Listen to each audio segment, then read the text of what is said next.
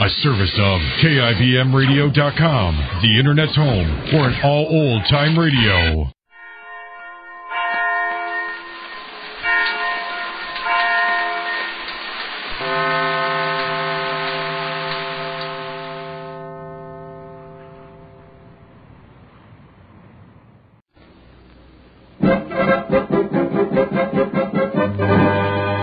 Jerry of the Circus.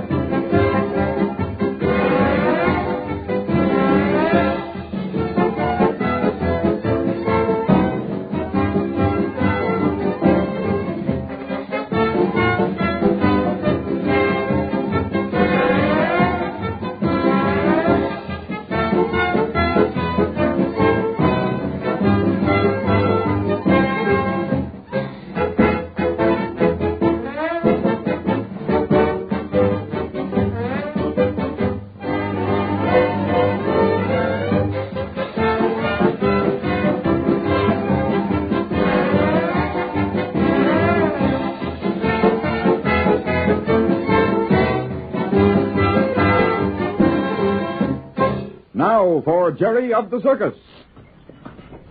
Okay, fellas, give her one more pull. 1, 2, 3. Phew. Say, this is work, no kidding. Sure it is, Slats. You clowns just can't take it, that's all. What do you mean we can't take it? Why, you little Now, don't you pipsqueak, call me names, Slats. I may be little, but I got my pride. Say, Murray, I got an idea. Just a second, Jerry. Wait till we get this rope tight. But and we then... can't. That's just it. Gee whiz, Murray, we'll never get it done. What? Now, you listen here, young man. It's We might almost be 11 now, and usually we're up by 9. Won't you listen, Murray? It's really a swell idea. Okay, Jerry, let's have it. Let's make it quick. Well, now look, you use the elephants to help raise the center poles, don't you? Sure, men aren't strong enough for that work. Well, then, we're not strong enough to do a good job on tightening all this canvas. By golly, kid, you're right. Why didn't I think of that myself? Oh, I see. Jerry means to put the bulls on these ropes and let them do the work, huh? Sure, Slats, that's it. Jerry Dugan, you're a lifesaver. I guess I've just been too worried to do a little thinking for myself. And me, too. Imagine, here I was standing right here, brains and all, and I never even thought of getting an elephant to do the work for me. That's a good one. One elephant for one midget. Guess that's a fair enough exchange as that, eh, Major? Now, you look here, Slats. Better not try and start anything. Hey, Jeff, have Olson bring a couple of those bulls back here. We need them quick. Okay, boss. Gee whiz, Jerry. Seems like you could have thought of this a little earlier before I got all these blisters on me. Say, those are beauts, aren't they? Well, I'll say. Hey, Murray, what can I do next that won't be so hard on my hands, huh? Oh, why not help Pat put up the seats? He needs an extra hand. That's just the ticket. You know, only the other day, Hooligan and I thought out a new system for putting up those seats. Oh, no fancy tricks there, Slats. We got to be sure the audience is safe. Ah, don't you worry. I'll get Hooligan and we'll try out our plan. Say, listen, it'll revolutionize the old system for putting up circus seats. You wait and see. Yeah, well, I'm not so keen on anything new. Not today. Don't you worry, Murray. And now, where is Hooligan? Well, if you're going to use those elephants, I guess you won't need me on this job, Murray. What can I do next? You better rest a while, Major. Now, listen here, Murray. Just because I'm small, you can't treat me like I'm a You child. better let him work. He'll do it anyhow. You bet I will. Okay, Major. I need someone over at the wardrobe to direct those fellas on tightening the stakes. We'll use your brains this time. That's it, Ticket. Now you're talking sense. You go over there and get those ropes all set so that when I send Olson over with the bulls, they can be just hitched up to the ropes, and that little top can be ready in record time. Hey, you bet I'll fix it. Okay, Murray. You're pretty lucky to have a man like me around and you can depend on. Indeed I am, Major. Say, Olson's coming over now with the elephants. Oh, that's fine. We'll be through in no time now, Jerry. Thanks for the suggestion. I should have had my head examined for not thinking of it myself. Oh, that's nothing. Poor Major Mike. He's more in the way than anyone I ever saw. I know, but you can't tell him so. He'd have a fit. I know. And he'd raise such a rumpus that he'd cause even more trouble than he does now, getting under everyone's feet. Yeah, and he gets so mad when things go wrong. I nearly split laughing last night when they pulled him out of that wagon load with canvas. Yeah, and he blaming everyone else but himself. Hey, fellas, hitch those bulls up to the ropes and we'll get those guy ropes tight in no time. And then we'll do the same with the menagerie top and then take the smaller top. Hey, Murray, what can I do? You better work El Mundo. He's your elephant. Oh, swell, that's great. Hey, what the? Good night. The wardrobe top. It's caved Quick, in. everybody. All hands to the wardrobe top. Gee whiz, the major sure done it this time. Help! I'm dying. Help! Quick on that canvas. Raise it carefully. Hey, I hope the major's not hurt. Help! Somebody quick, I'll be killed. That's right. Take it easy. Easy. There. Hey, Major, you hurt? Hurt? What do you suppose? How would you feel if a whole tent fell down right on top of you? Yeah, but good heavens, man. What were you doing inside? I went in just to be sure everything was okay. Hey, what's going on here? Say, you're sure lucky, Major. Hey, look, Mr. Randall, that center pole held all the canvas off him. Well, I'm certainly glad you're not hurt, Major. Hurt? Of course I'm hurt. I ache all over. This whole tent fell down on me, didn't it? But it didn't touch you. Hey, look, see, that pole protected you. Now, listen here, young man. I'll thank you not to contradict me. I guess I know whether I'm hurt or not. Yeah, but what happened? How did all those ropes slip at once like that? Well, you told me to get them ready for the elephants. Yes. And, well, so we were untying You them. mean you loosened them all at once? Well, it's lucky you weren't killed. Now, listen, Major, after all this, you'd better go and lie down a little while. Me? I should say not. You don't get me to lie down on my job. Now, listen, Major, we have to think of our show, too. I can't have my star attraction too tired to work. Now, you go and get a little rest. Yes, you're right. I must think of my public. That fall must have been a pretty bad shock. Shock. That's hardly the word for it. It was terrible. Okay, Major. You go rest a bit, and we'll send for you when we need you again. All right, Mr. Randall. But I don't want you to think I'm lying down on a job. Oh, I should say not. You're one of the pluckiest of all. Okay, if you realize that, then it's all right. But I won't sleep. Mind you, I'll just rest. Boy, what a mess. I tell you, we never would have gotten this show up with that midget loose around here. I can see that, Murray. And the poor little fellow's so anxious to do everything to help. Yeah, but he can do more damage than 10 zebras. Okay, men, give us a hand with this canvas. Say, Mr. Randall, you think we'll be able to get our show on for the matinee? Oh, yes, if you're not all too dead tired to work. Don't worry about me. How are things going under the main top? Fine, I guess. They were spreading out the sawdust a little while ago. Oh, good. Well, you want to walk over with me while I check up? Sure thing. I can help Slats and Hooligan. They're putting up the seats with Pat and some of the clowns. Yeah, I certainly appreciate the loyalty of all you performers. You deserve it all right, Mr. Randall. Yeah, I've always tried to be fair, but I... Oh! Good night. Another accident. Oh, look, there it is. Right over by the bandstand. Call Murray, quick, Harry. Hey, Murray, back here. The main top. Be right over. All those seats while they're caved in. Slants. Hooligan, are you hurt? Oh, no. No, but we can't move. Pat, and you, Tony, get those boards off quick. Be careful not to hurt those clowns. Oh, there. Take it easy, sir. Take it easy. Now, what happened? What are you doing? You see, Mr. Handel, Hooligan and I had a new system all worked out for getting these seats up quick. Oh. So, yes, and when Murray said for us to help, it seemed like the chance of a lifetime to try it out. Yeah, so you did try out your own ideas anyhow, huh? Yeah, but I guess we weren't as smart as we thought, huh? You're telling me. Yeah. All right, men. Get back to work as fast as you can. It's almost noon, and we've got to get this circus ready so that the performers can rest, or they'll be so dead tired they won't be able to work. Okay, fellas, back on the job. Come on, folks. All right, Murray, come on, boys.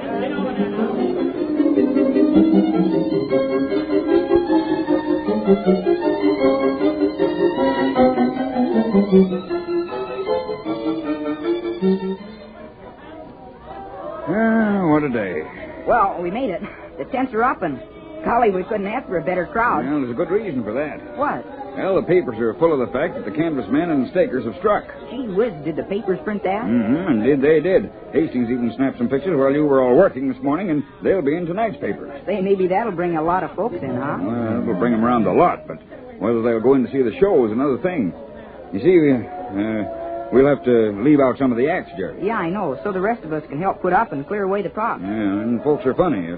If all three rings aren't playing at once, they may not think they're getting their money's worth. Oh, that's silly. Because, well, they can't watch more than one ring at a time. I know, but we've trained people to expect three features going all at once, and if they don't, they feel cheated.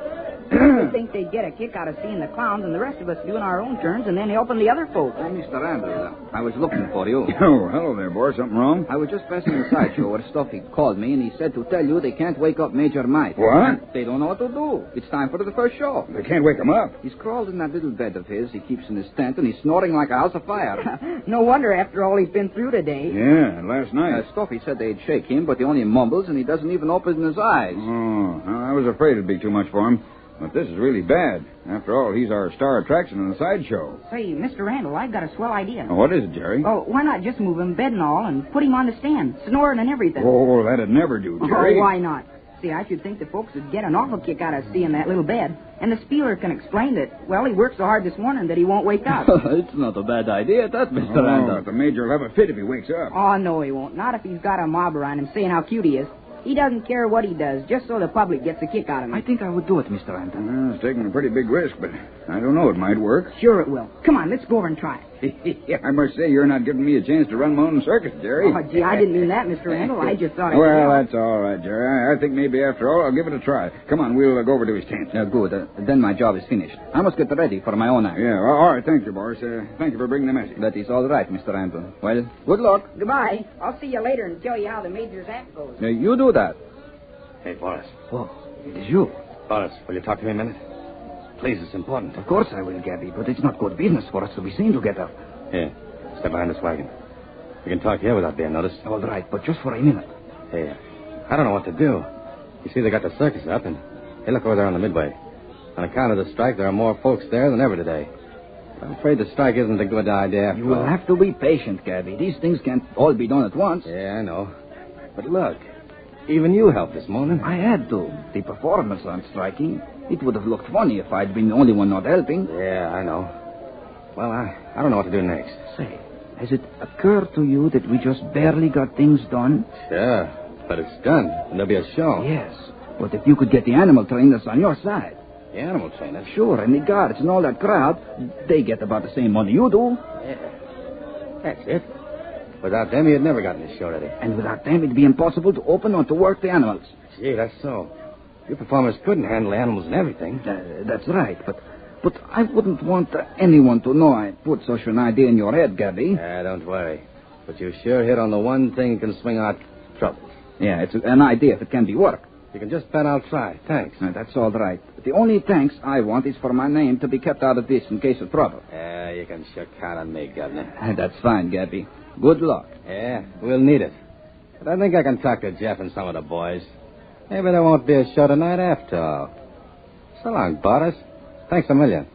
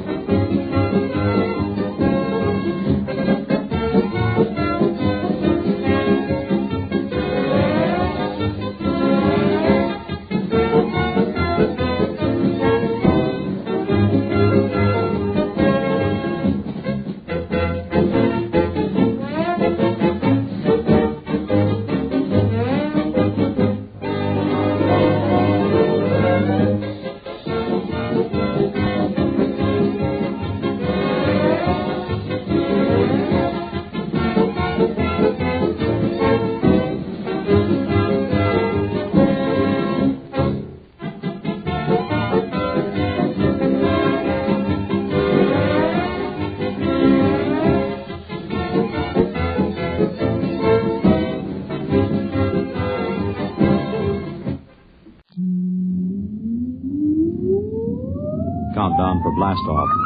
X minus 5, 4, 3, 2, X minus 1, fire.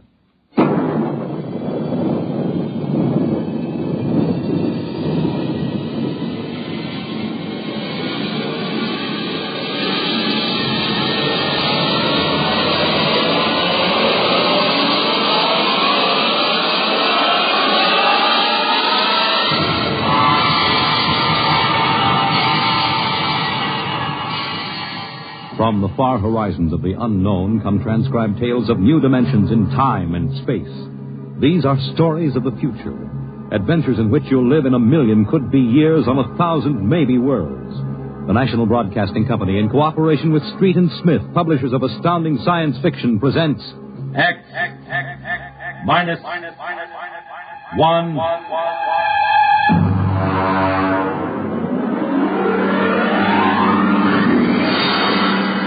The Martian Death March.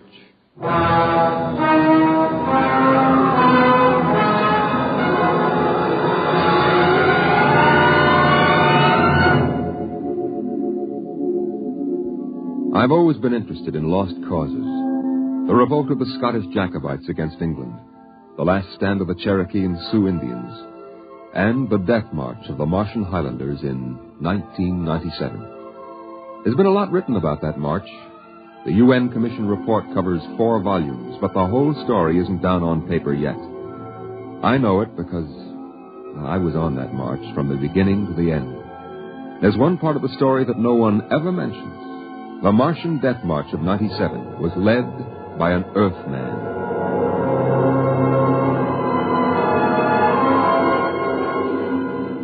Maybe you've been over the route of the march.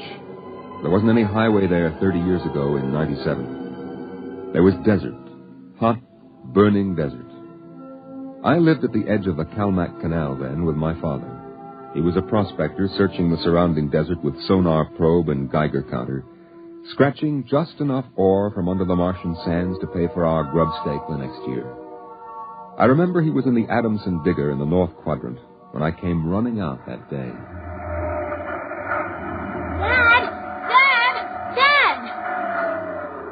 There's somebody coming, Dad, across the desert. You sure? I saw them. They're a couple of miles out. Well, how many cars? They're on foot. On foot across the desert? Honest, Dad. I saw them. Are you sure it wasn't a light reflection off the canal? No.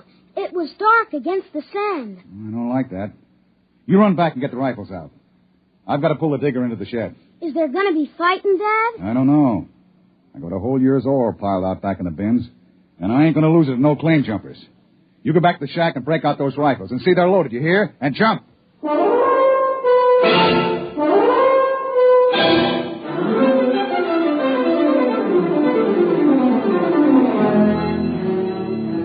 Dad had 3 surplus Army rifles and a couple of homemade grenades made out of ore cans stuffed with Adamson A explosives. We crouched inside the shack, waiting. The shadow of the water tower in the doorway grew longer as the quick Martian dusk settled down over the desert. And there they come, Al. There's 2 of them. What's that on the first one's back? Why, I haven't seen one of those in 20 years. What is it? A one-man desert tank. They used to carry water that way before Adamson put out the air-still units. There's something funny about that second one. Look, he's all spindly, and his head's funny. He's funny, all right. Al, that's a Martian. I never saw one off the reservation before. Well, there hasn't been one, not in 10 years. I don't like this. Here they come into the dooryard. You remember what I told you. Line up the sights and just squeeze the trigger. Hello! Hello there! Now, Dad? Hello! Wait a minute. What do you want? Water! I need water. Who are you? My name is John. John, huh? What are you doing with that spider? His name is Cantolcar. I don't care what his name is. What's a human doing with a Martian? I found him in the dry bed of Calmac Canal, nearly dead of thirst. He probably ran off from the reservation. When our brothers are caged, they seek freedom. Brothers? Those spiders? All living creatures are our brothers, on Mars as on Earth. Hey, wait a minute. Bert Olstrom at False Wells told me there was a screwball heads preacher over there hollering about letting the spiders loose off the reservations. Let no man call his own. No man, nor tribe, nor nation. I guess that's you, all right. Bert told me they called you Crazy John. I don't suppose there's any harm in you. Fill your tank up at the air still. And you can even have supper with us. We would be happy to. We? What do you mean, we? Cantle Carr and myself. That spider? Oh, no, I ain't having a Martian sit down and eat with me. You come on, though. Thank you, sir. No. Where my brother is not welcome, I cannot go. Well, suit yourself. Al, get the key to the water tower. Come out here. All right, Dad. And put away the guns.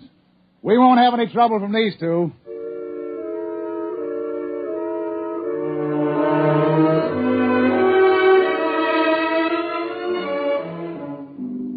The old man filled his tank at the air-still tower, and the Martian went through the ash pile for half-burned fuel brick.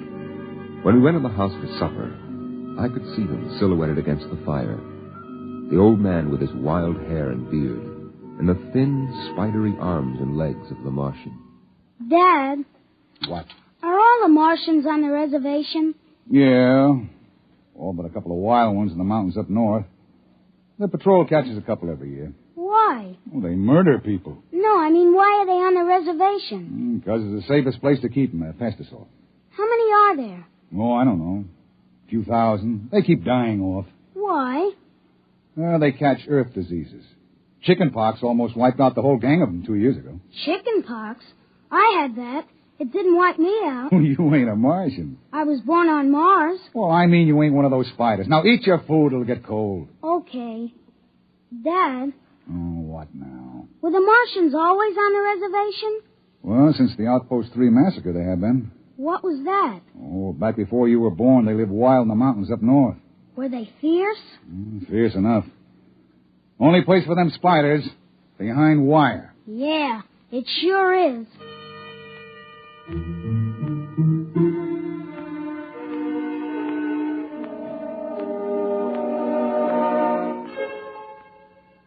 Out in the dooryard, the campfire flickered at the base of the water tower.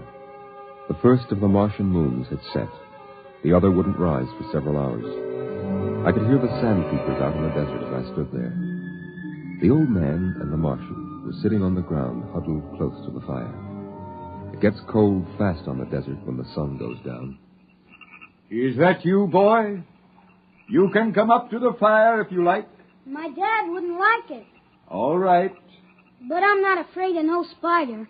No, there is nothing to be afraid of. How come his arms are all skinny? Ask him. Does he talk? Yes, his name is Cantle Carr. It is, huh? Hello. Hello, boy. He talks funny. It is not my language. Why isn't he on the reservation? You can get in trouble helping spiders to escape. No man has the right to imprison the innocent. They that are enslaved will be freed. They that are in sickness and misery will be comforted. They that are exiled in a strange place will be restored. My dad says the spiders are treacherous, cowardly, murdering savages. That's what he says. Boy, there was a time on this world when there were no earthmen, when the ships and the machinery of earth were unknown. Then the people of the highlands lived in peace. But today they are a handful, starving, dying behind the wire. But the reservation isn't so bad. Our home is in the mountains of the north, not the desert. I heard a voice which cried out to me in the desert, "Go to your brothers." Do they really call you Crazy John? I have been called many things. You really think we ought to let those old spiders off the reservation? Boy, we die here in the desert. We die in the sun and of the sicknesses you have brought from earth. That's 'cause Martians are just weak. I'll bet I could knock you down myself. You could. We are a different people. We have not the strength of muscle of earthmen. But we will not stay here to die. You won't get off the reservation. The patrol takes care of all that. They won't let any stinking old spiders out. Ah, even in the minds of children is planted the poison of evil. How long?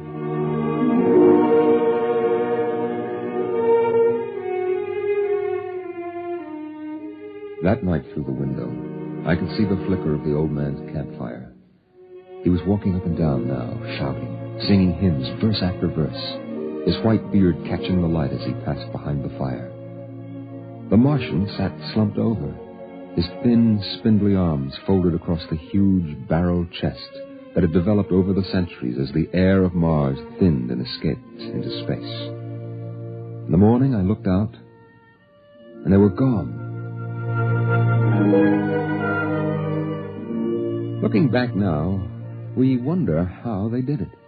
The high-voltage wire around the reservation carried a fatal charge. The patrolman in the tower had 50-caliber machine guns. The desert around the camp was mined heavily. Yet, at dawn, August 7th, 1997, they broke out. I was down at the dried-up canal bed hunting sandpeepers when my father came running after me. Al! Al! Here I am. Come on, back to the house. What's the matter, Dad? You shut up and run. What is it? The spiders busted loose. Bert Olstrom radioed in. They coming here? They're headed this way, the murdering devils. They kill anybody? 6 patrolmen when they busted through the wire. What are you going to do, Dad? Fire a keg of Adamson A across the gate. You get in there and get the guns out.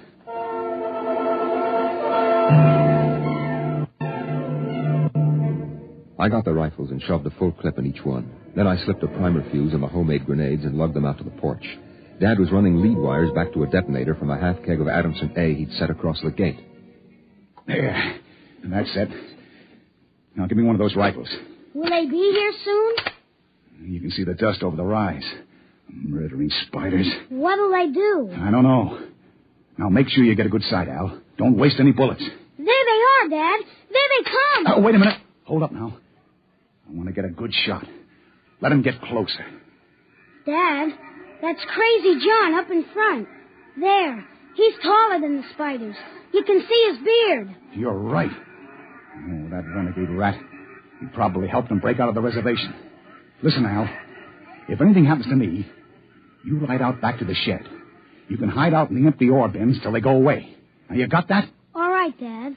We're going to come in. The spider's shouting something, Dad. Probably a trick. Get down a little, Al. You're in the way. I got him clear now. Right in the head. Up a little now.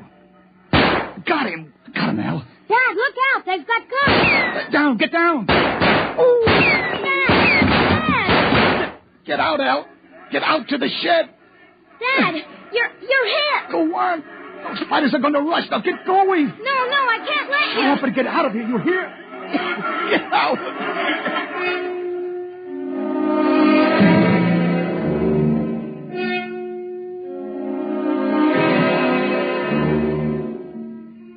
I ran back through the house to the shed. Behind me, I could hear the Martians sweeping up to the dooryard. Then suddenly the ground shook, and I could feel the dull concussion waves hit my ears as the Adamson A exploded. I could hear the high, whispered screams of the Martians and the rattle of fragments on the metal roof of the shed. I dived into the empty ore bin and slammed the hatch almost shut. I sat there waiting. And then suddenly a shadow fell across the edge of light, and the hatch slid open on top of me. You leave me alone. I'll kill you. Boy, I've been looking for you. Where's my dad? What did you do to my dad? He's dead. You killed him. You and those spiders. I'll kill you. I'll kill all those stinking murdering spiders. They are our brothers, boy. Your father shot without warning, and the fire was returned against my orders.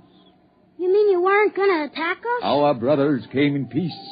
They are going home to their mountains. We came to get water for the journey. You mean you just wanted water? Dad! John, the Earth Patrol will be following us soon. We must go.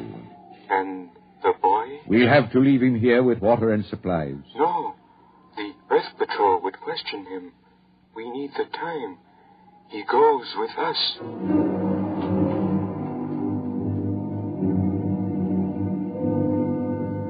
They tore the Adamson air still from the tower and mounted it on poles. They piled our supplies in the yard and loaded them on their backs. And then they started. I marched with the old man at the head, and the column stretched out behind us on the desert. I turned to look back at our house, but the sun was behind it, blinding red.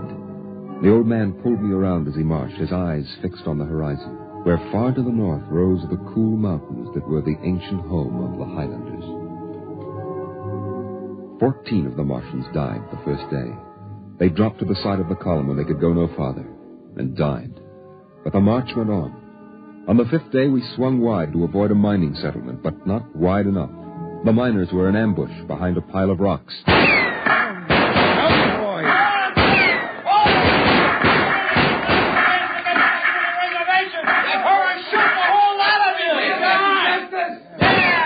I shall lead them home, home to the promised rest, home to the mountains.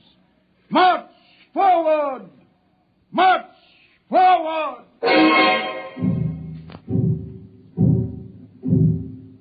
And the march went on. We wound across the desert in wild zigzags, following the paths the old man had traveled through the years. Only once a patrol plane hovered on the horizon, and then shot away. The days went on, the weeks, and the Martians died. They died of exhaustion. They died of the diseases we had given. And they died of thirst. The Adamson still could produce 27 units of water an hour, no more. And on that, they died of thirst. Here, boy, here's your water. But that's more than the others got. Take it. It's yours. You're giving me your water. It will be provided to me. He that brings justice to his brothers will drink deep of the water of righteousness. He that... Drink your water, boy. Across the desert, from the Kalmak Canal to Fever Dip, past the towering mesas of the Higgins Badlands, across the dry sea bottoms they marched.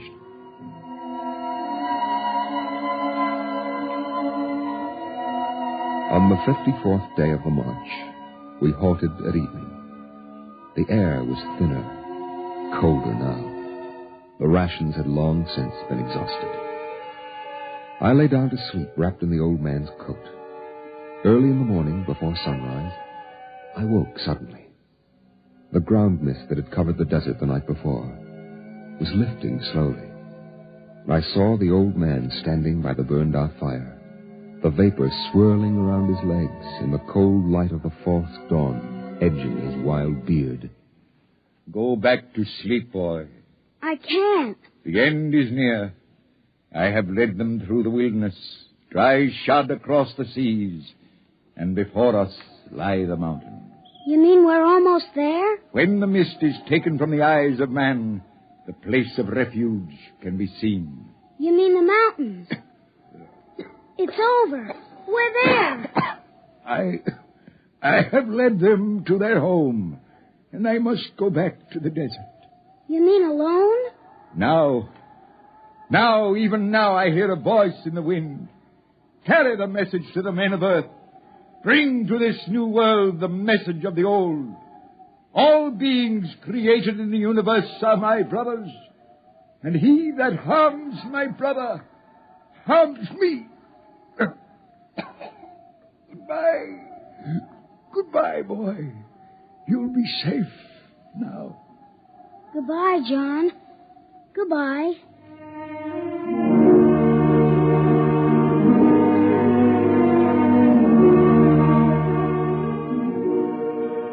The Martians found him 500 yards from the camp, dead. Now the mist rose, and before us towered the highlands, the tall green mountains and the cool sky.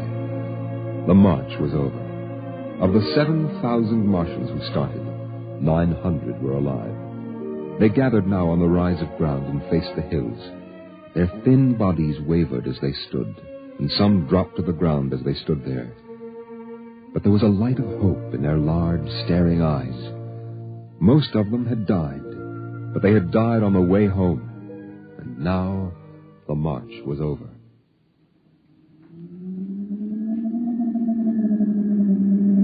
Then the patrol planes were spotted on the horizon, and within 10 minutes they had landed. The Martians stood silently as the squads piled out and set up the 50 caliber machine guns and the petroleum gel flamethrower. All right, you spiders. Hands up and stay together. Gather in a bunch and don't try anything. Sergeant? Yes, sir. Shoot the first spider that moves. And shoot to kill. All right, where's that boy? There was a boy reported. Here I am. You all right, kid? They hurt you? No, I'm all right. John gave me his water ration. Oh, the leader, huh? Well, I've got a warrant for him. Where is he? There. He's dead. Huh? Oh. Well, just as well. I'd hate to be him in front of a settler's jury. What are you going to do to them? The spiders? See those transport planes coming in? We're going to ship them all back to the reservation where they belong. You can't. You can't do that. What are you talking about, kid? You can't take them back. They're home. John said they were home. You can't take them back. It isn't fair. I won't let you. No, I won't let you. I won't let you. Hey, let go of me. Let go. Sergeant. Yes, sir. Peel this crazy kid off me. All right, now, kid, take it easy. I must be shot. Can't believe he's safe now. Yeah, I guess that's it. All right, you spiders, step it up. Move along to those transport planes. It's all over now.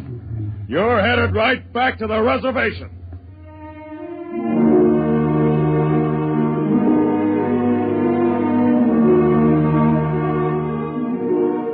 They separated them in groups of 50 and loaded them on the planes. 900 out of 7,000. And soon the first big-bellied ships waddled out on the hard sands and lifted slowly into the air, headed back to the south, flying over the trail of dead and dying who started on the march to the highlands, the march to home. Don't worry about them spiders, kid. We'll take care of them. Come on now, kid. You'll feel better as soon as you get back to civilization. I looked once more at the green mountains towering through the mist. And then, just before the motor raced, I saw John. Crazy John propped up against a dognut bush where the Martians had placed him. The wind from the south gave the wild hair and beard a rippling life. He faced the hills, the home and rest he had promised his brothers, as he led them through the wilderness of Mars.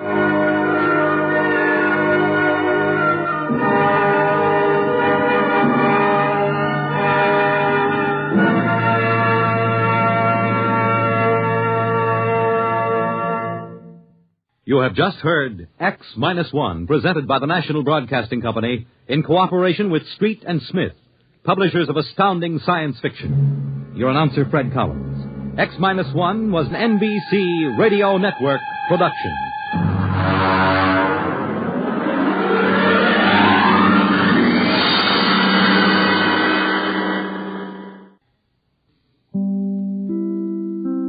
For the first time since Jerry Hall, Mrs. Gregory, and Tex Bradford have been prisoners on their captive yacht at the magic island of Euclidia, they have a chance to escape. G-47, their mad scientific captor, has allowed them to remain aboard their yacht. With the aid of the opaque cloth made on the island, our friends have insulated a cabin on the yacht and may talk in safety. Their radio is useless for transmission, but through code messages received from the operator on the other Gregory boat, help may soon be near. Captain Bradford is about to explain the plan to Jerry as Joan and her mother come into the cabin. Now, hurry and get into this thing, Pat. You too, Joan. Well, Pat, thanks to you and your determination to take the bosun and bosun's mate with us on every cruise, we're about to get a message to Johnson. How long will it take Johnson to get within range? It all depends on what time he sails from San Pedro. We'll keep our receiver open, and he'll let us know when he's within striking distance. And how much we'll all owe to the little bosun and his mate. I'm certainly glad now we've always carried them and trained them. Hey, for the love of Pete, will you two quit talking and tell somebody else what it's all about? Yes, Mother. You and the captain talk so fast. Jerry and I do not know what it is all about. Oh, I'm sorry, Joan. I was just going to explain it to Jerry when you and your mother came back to the cabin. You see, Joan, dear, we haven't had a chance to show you over the whole boat as yet, and we forgot you hadn't seen the pigeons. Well, of all the nuts, I'm the worst. I watched those pigeons all the way down here from Los Angeles and never thought to ask a question about them. But what can pigeons have to do with getting a message to your friend Johnson? They're not just pigeons. They're homing pigeons. Gosh, and I never even thought of it. Well, don't feel too badly, Jerry. You're quick enough to see the significance in most things. Say, Joan. Yes, Captain Bradford? Didn't you ever hear them talk about homing pigeons here on Euclidia? I have never heard a word about them. So it must be that the scientists do not talk much about them, for they are so sure no one can escape from the island that they discuss most things before all of us. I hope you're right, and it seems possible that you are. This infernal Euclidia is so far ahead of the world in scientific development, they must have forgotten the old standbys, or scorn to use them. G47 always says that all things scientific are superior to the finest things in nature. That belief is the first weakness in the reasoning of G47 that I have found. I guess he figures that homing pigeons are old-fashioned. That may be, but they're the only possible method of getting a message through that magnetized fog and all the other electrochemical devices this island is protected with. Do these pigeons really carry messages? You bet they do. And they fly fast, too. It is wonderful to learn that. We have pigeons on Euclidia also, but they are used only for pigeon pie. We have none that can talk. Only our parrots can talk, and they are not trained to carry messages. Our pigeons can't talk either, my dear. Then how do they carry messages? Oh, Joan. Now you are laughing at me. Well, I'm sorry, honey. We shouldn't do that. You see, these pigeons can't talk. We write a message on a piece of thin, strong paper, then tie it to their leg with a fine wire band and turn them loose. They are taught to return to one place, or one kind of a place, and someone is waiting there to get the message. Well, if we're going to do anything with them, we'd better get busy and send one off because if old G47 finds us looking too happy, he'll know we've got some plan, and then he'll make kindling wood out of this yacht to find out what it is. Nevertheless, we'll have to be patient for several hours, maybe a day or two. Why can't we let the pigeon go now, right away? We've got to wait till Johnson gets the other boat within the range these birds can cover. We're about 4,000 miles from Los Angeles, on this island, and the longest recorded flight over water was only a little over 1,000. And that's about the limit so far as I know. Well, if Johnson started from here the same time he got my first message that we were in danger, before old G47 got me with that ray gun and made me change the message, Johnson's boat ought to be 1,000 miles out of San Pedro by now. How fast does this ship, the ship that Mr. Johnson is in, how fast will it travel? Well, he'll be using our diesel-motored cruiser, and although it's nearly a 100-foot boat, it's built on hydroplane specifications, and Johnson runs it as if it had wings. So he ought to average from 50 to 55 knots for the run. Golly whiskers. Who ever heard of a big boat going 55 knots an hour for 4,000 miles? We have a number of things that the world in general never heard of, son. That boat will do all of that. But the worry is that heavily loaded with all my scientific equipment on board, it will burn a lot of fuel. And how will the fuel be replenished, Captain? From various ships Johnson will contact along the run. Ships flying Mrs. Gregory's merchant pennant, which will then put out from several ports to meet him. Boy, you're sure some mysterious people, all right. But just so as it comes out okay, I guess I can wait for the answers till you get ready to give them to me. You are an intelligent boy, Jerry. I know it. Now, you two keep still. We've got to figure just when to get that pigeon off to Johnson. There are many things to be planned and done before this flight can start. One thing, Tex. We must remember that magnetic fog and use string rather than wire on the leg band. Tex, I know what to do. A thread from this cloth of theirs. You do not have to worry about that all the time. And sometimes the fog is not magnetized. Are you sure about that, Joan? That would make it easier, wouldn't it, Tex? That would make it almost simple. But how can you tell that the fog is not magnetized all the time? I have heard the scientists talking about it. They magnetize the fog only when danger is near, and they have instruments which warn them of a boat or airplane 100 miles away. G47 says the constant utilization of current in the magnetism of the fog ring is too heavy a drain on the electric supply, which is difficult to replenish quickly. Well, that sounds reasonable. With all the machines they have running, all electrically driven, I imagine, they should conserve their power as much as possible. But how can you tell when the fog is magnetized and when it is not? It is magnetized only when the danger signal shows. Where is this danger signal, Gag?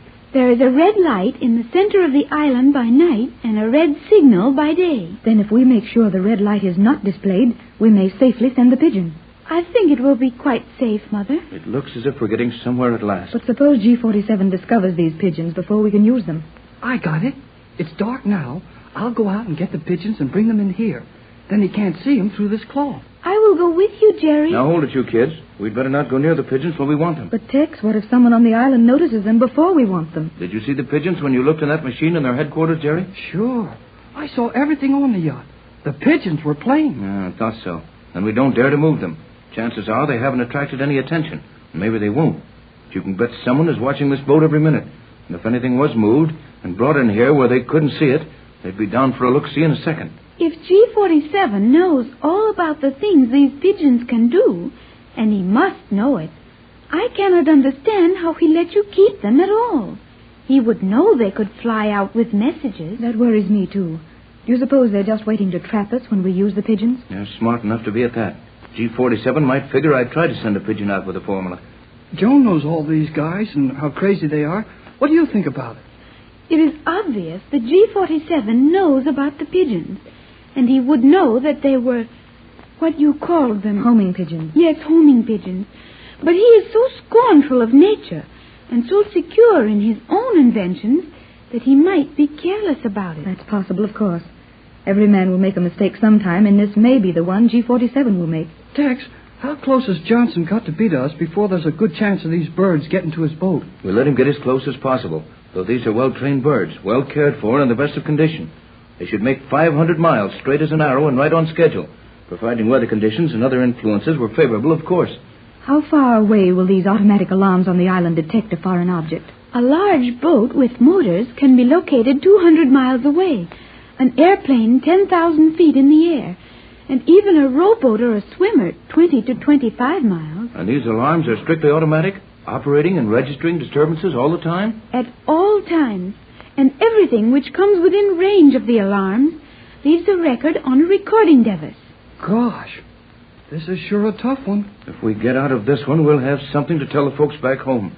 And I think we'll get out sometime. Well, how will we know when Johnson is near enough to turn loose one of the birds? He'll keep on our radio beam, and we have a code that is simple but effective.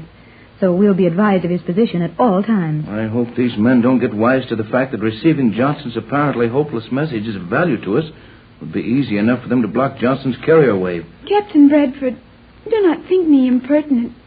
You are a wise man, and I am only a young girl. But I would like to offer a little advice. Your offer is gladly accepted. Advice is what we need most of. I should figure, in your place, that G47 knows what every message you receive means to you. And the only reason he is letting you receive them is that he believes he can trap you into something which may give him access to your formula. Oh, gee whiz, Joan. You're too scared of that old guy. Joan has lived here all her life, Jerry. 14 of her 15 years. And she's seen many things done on this island that we couldn't even imagine. Well, just the same, everybody's got to make a mistake. And it's old G47's turn now. I think you may be right, Jerry, but we should be very careful. Now, here's another place where you can be a lot of help to us, Joan. Suppose we do get a pigeon free, get one outside the fog wall, and start it north for Johnson's boat. What if they to run it down with or catch it? The large ray guns would do it, but they are not too accurate at any great distance. How much is a great distance to these guys? Something less than 50 miles, I think. That seems a long way to us, my dear. Too far. But suppose the pigeon got away for, say, an hour and a half to 2 hours before they discovered it. Then what? These birds do 40 miles an hour. The floor of the island would open up, and a fleet of tiny airplanes shoot out. They will fly over 500 miles an hour and stay in the air for 18 hours. And they'd soon fly the birds down. Our only hope is to get a pigeon out soon after dark and hope they don't discover it till daylight. Are you sure the pigeon can find the other boat? Yeah.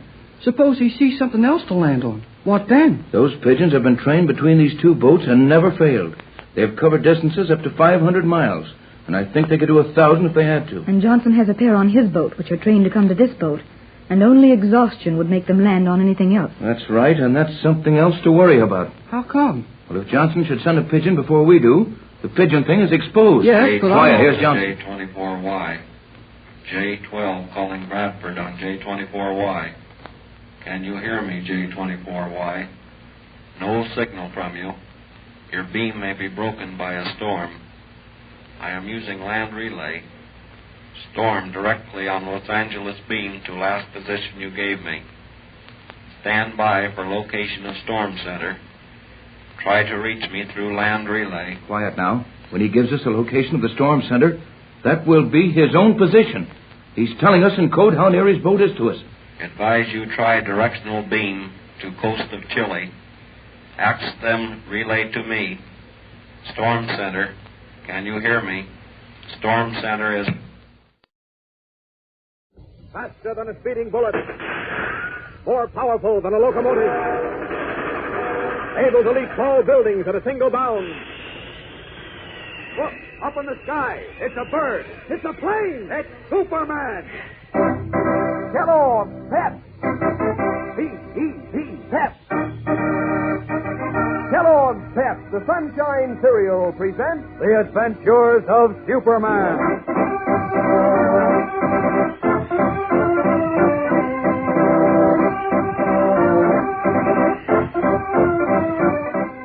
Today, with Superman far out at sea, Lois Lane and Horatio Horn seem doomed as a raging fire sweeps in fury through the ancient building that has become their prison.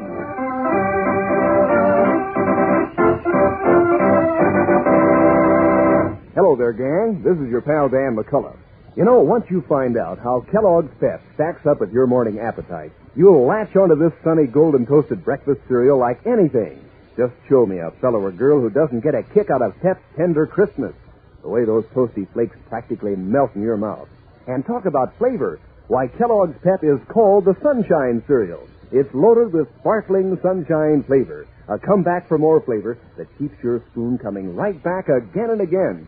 Not to mention the fact that Pep is good for you. Sure, gives you lots of whole wheat nourishment and more. Yes, sir, Kellogg's Pep is a slick dish to latch onto. So terrifically good, you want to clean up every golden flake in your bowl. That's always the smart thing to do, of course. And particularly smart nowadays when the cereal grains are being sent to help give good nourishment to fellows and girls overseas.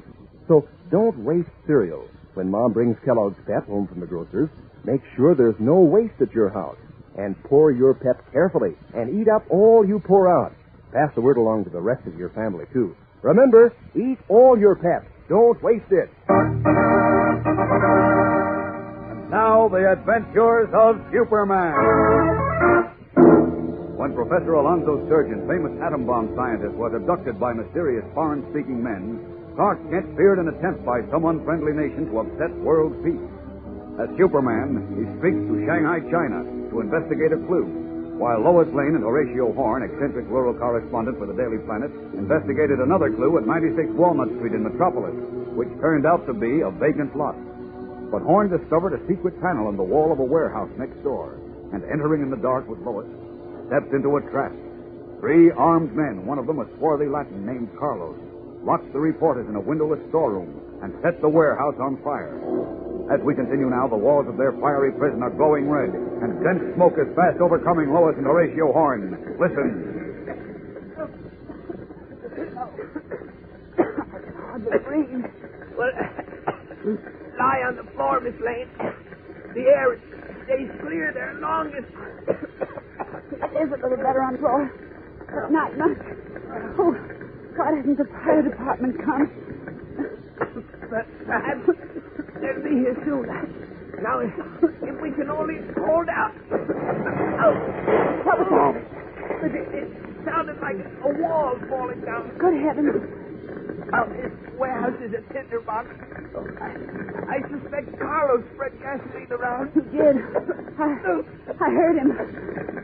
Mr. Horn, look. What the ceiling.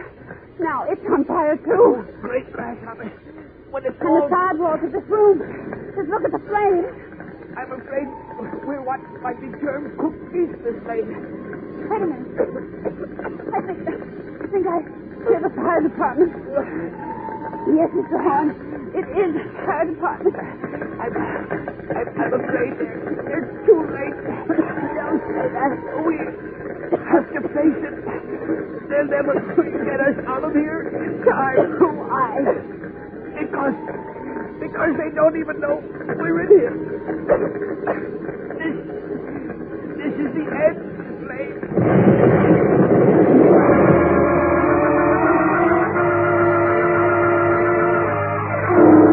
Hardly able to breathe, unable to call out, Lois and Horatio Horn faced destruction in a roaring holocaust as Superman, still unaware of their plight, rockets back to Metropolis from Shanghai, China. Resuming the guise and garb of Clark Kent, he proceeds to the office of Police Inspector Henderson, where he makes a report of his findings. Now, wait a minute, Kent. What? I've been trying to put a phone call through to Mr. Garrett in Shanghai for almost 2 hours. How did you get through to him? Never mind how, but I got through to him. And get this, Inspector. What? Garrett said he rented his mountain lodge to a Latin American named Carlos about a month ago. He did, huh? Mm-hmm. Say, isn't one of Professor Sturgeon's abductors a Latin American named Carlos? Exactly. And Wait. What did Garrett tell you about Carlos? Where's he from? What's his business? Garrett didn't know. How do you like that? Now, where are we? Well, for one thing, I'm surer than ever now that Carlos is working for some power-mad group who wants a secret of our atom bomb. Unless we find him and Professor Sturgeon quickly, our country and perhaps the whole world is in great danger. Yeah, but what can we do? Our only lead to Sturgeon is this Carlos guy, and he's disappeared without leaving a trace. Oh, not quite. We know he was on a transcontinental airlines plane from South America to Metropolis last month. If you check with the airline, you might pick up a lead to him. Okay, I'll make a routine check, Kent. But frankly, I'm not too hopeful. Get me Transcontinental Airlines. Who wants to speak to me? Okay, put him on. And meanwhile, get me Transcontinental. Healy. Oh, maybe he found a lead. I hope so. Yes, Healy, what's on your mind? A fire? Well, why bother me with it? Where? Oh. Yeah, I know, but... Well, okay. I'll get out there. Right. What's that about a fire, Inspector? Healy says there's a big blaze in a warehouse on Walnut Street, number 94. 94 Walnut? That's next door to the vacant lot, the forwarding address Carlos left at the Mountain Lodge. You mean the phony forwarding address he left to throw us off the track? I know, but just the same, I'm going out to that fire. That address is the only lead we have, and I want another look at it anyhow. Well, I told Healy I'd be out there, too. Wait till I make this call to Transcontinental Airlines, and I'll drive you out. Oh, thanks, but I've got my own transportation. I'll meet you out there, Inspector. So long. Leaving police headquarters, Clark Kent steps into an alleyway and swiftly resumes his true identity of Superman. Then, up, and away!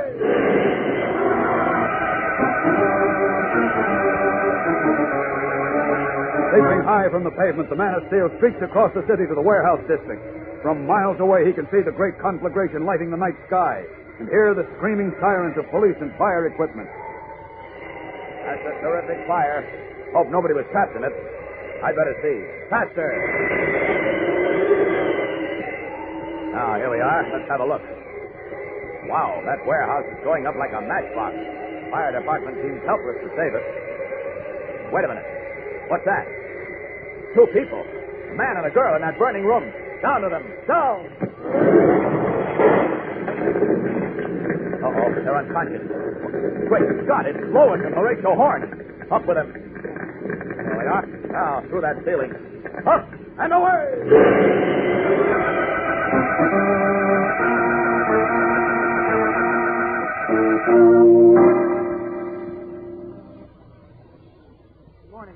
May I see Miss Lane or Mr. Horn now? Mr. Horn is still asleep, Mr. Kent, but Miss Lane is up and already dressed. Oh, that's fine. She's in this room. You may go in now. Thanks very much. You're welcome. Hiya, Lois. Oh, it's you, Clark. Look, will you please get hold of whoever runs this hospital and tell him, her, or it that I've got to get out of here? I may already be too late. Take it easy, Lois. Take it easy? Do you realize that Carlos and his gang of cutthroats left New Orleans with Professor Sturgeon last night? What? Yes. Heaven only knows where they are now.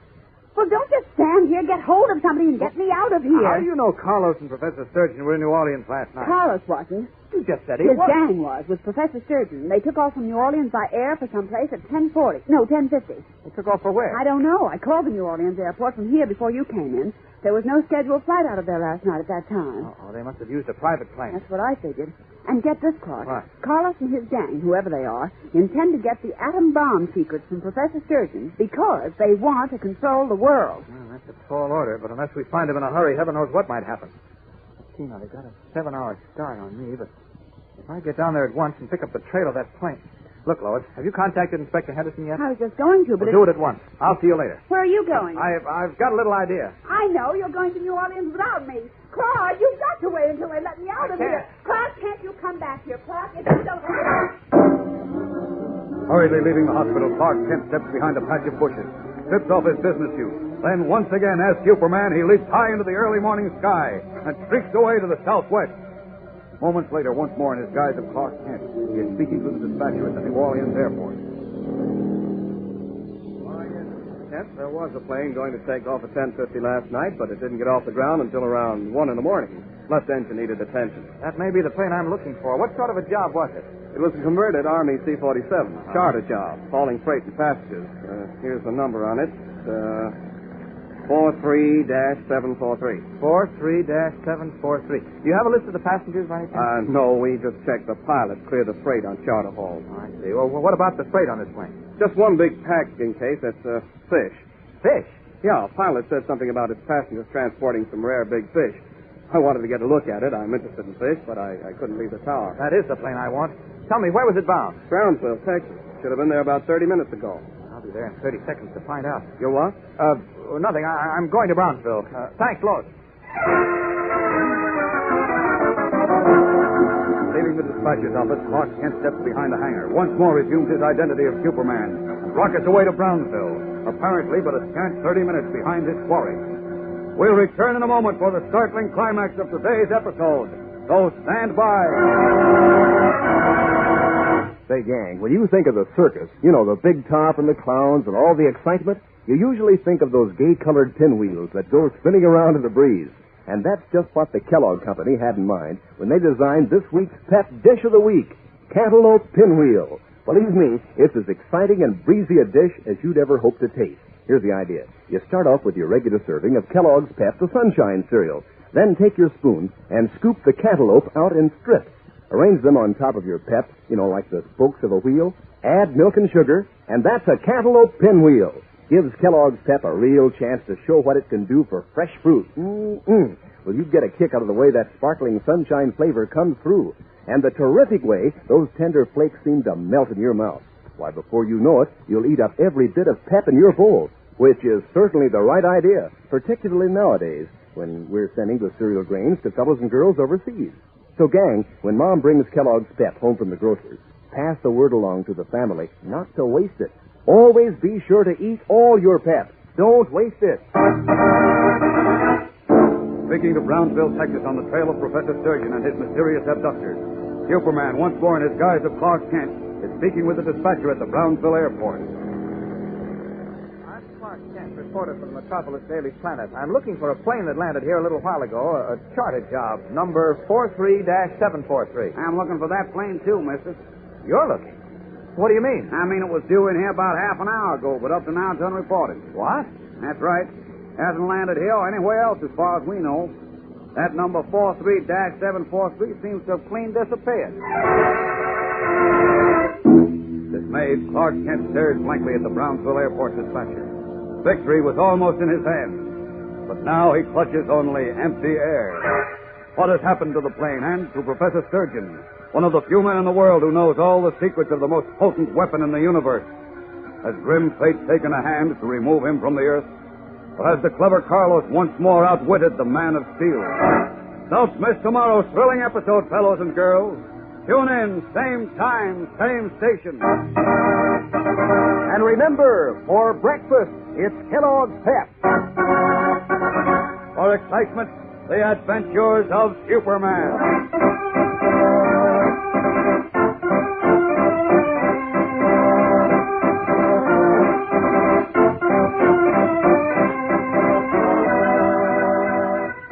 Superman is the copyrighted feature appearing in Superman DC comic magazines and is brought to you Monday through Friday at the same time by Kellogg's Pep, the Sunshine cereal.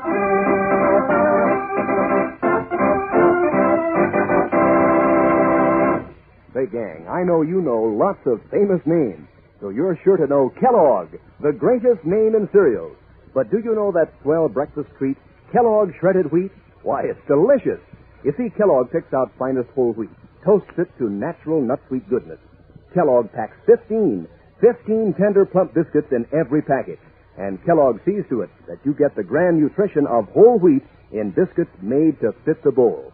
Ask Mom to get you some Kellogg Shredded Wheat. And be sure to be with us tomorrow for the thrilling adventures of Superman.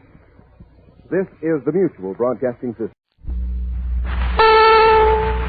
Tired of the everyday grind?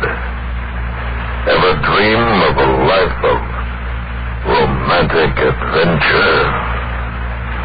Want to get away from it all? We offer you Escape.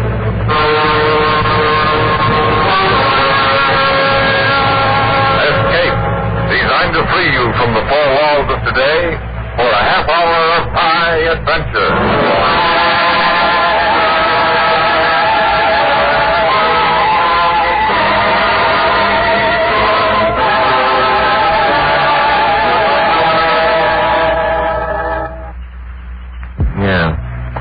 Here's a buck, mister. Permit me to refuse the money. Permit me to return to the matter of the Yankee merchandise. Josh just told you, poet. We sold out our stock of shirts, our ties, our socks. You are the man who have a catch and have saved the Caribbean from Miami. Yes, sir. We're the men who have a catch and have sailed. That's who we are, poet. And it is a simple matter, then. Since you are these men, it is a simple matter. We will make arrangements for the removal of the merchandise. Now, look, mister. Rene. My name. Permit me. That is my name. Thanks. It's this way, Rene. My understanding of things poetic is a little shaky these days. Mine, too. Yeah, his, too. Are you trying to be clever? Or perhaps it pleases you to tweak my passions? The merchandise. Permit me, but the merchandise. When shall we remove it from your boat? Mr. Rene, I simply have got to explain something to you. It's evident that you're We are not mistaken. You have the merchandise. We will say what... Rene, a fond farewell, Josh. He needs to keep his head covered from the face in the sun. But it is a matter of... No, you cannot. The merchandise. You cannot refuse them of the merchandise. You cannot.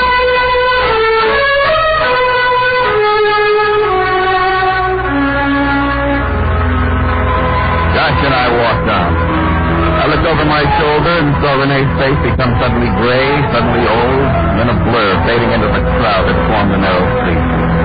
Episodes of the dream trip, cockfight followed by a native poet making calypso on a type of merchandise that didn't exist. Poet. Also dealer in intangibles, souvenir to be stored away. Anecdote to regale the young ladies of New Kensington, Pennsylvania on our return. When the dream money ran out and the place to come back to was New Kensington, PA. But now, unguided tour of Port-au-Prince, in a side street you never believed you'd walk.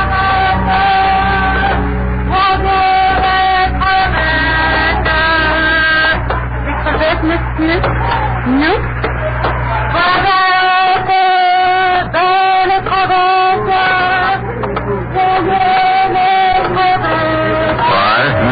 What are you thinking about? I was thinking I like it. I like what we're doing. I like where we are. Me too. Yes, sir, me too. It's all around here. It's wonderful. There's no regret, Josh. You mean we gave up a nice going habit after business and took off? That's what I mean. I talked you into it. No regret, huh? What do you mean? You talked me into it. This idea, this dream, if you will. I will. I remember to this very minute the night it germinated in my brain. We were sitting in the dorm of the good old University of Pittsburgh, stripped to the waist, it being a hot night prior to graduation and a bottle of beer in the hand. And you said, Haiti, someday let's buy a boat, you said. See? You can see it was my idea. Sure it was, Josh. Then you said Haiti. And I said Haiti. Why? The Citadel. What about it? Just I gotta see it, that's all. The Citadel of Henri Cousteau. Ever since I was a kid, I've been reading about it and wondering... We'll see it. When? That's something I gotta explain to you, kid. A couple of fellas like us, they hit a new country after an ocean voyage.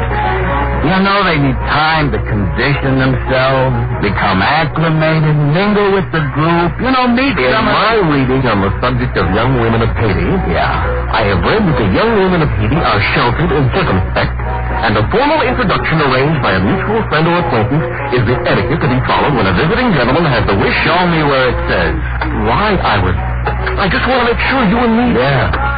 Visiting gentleman, that's what. Le Café de Pavillon du Tillon. Now, don't change the subject, right? What? Le Café de Pavillon du Tillon. Translation, Cafe of the Pavilion of the Small Moon. Oh, my. You feel okay? The heat, the excitement of the new... There's a sign over the cafe there. Come on, Josh, let's go get moonstruck. I want to.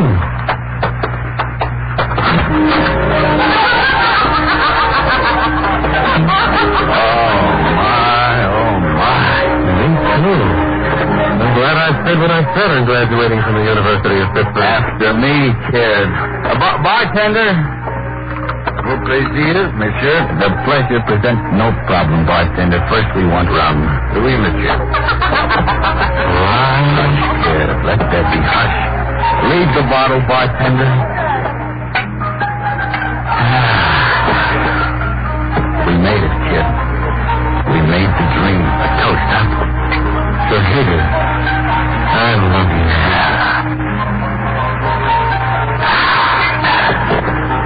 Dessalines, Toussaint, the jeweled Bay of Gonesse, and to the jungle mysteries and the delight of them, and to the jungle mysteries and the delight of them. Hey, you're not afraid, monsieur. Then may I propose still another toast? Be our guest. To the young lady who sits there, where, at the time in shadow, and before the carrying sunshine across her cheek. There, you see? I see. Oh, my. Where? I don't see her. Where, Rod? Show me, too. You could look upon her with nearness? I could. I'm just a chap who could. Come then. She has whispered to me. Bring them to me. Bring the voyageurs to me, watch her whisper. Well, where? Lady whispered, Josh. That's the call I've been waiting for. What? Bring the bottle, Josh. Oh, now I see it. Oh. I'll bring the bottle. After you, Mr. Pepe. After you, Pepe.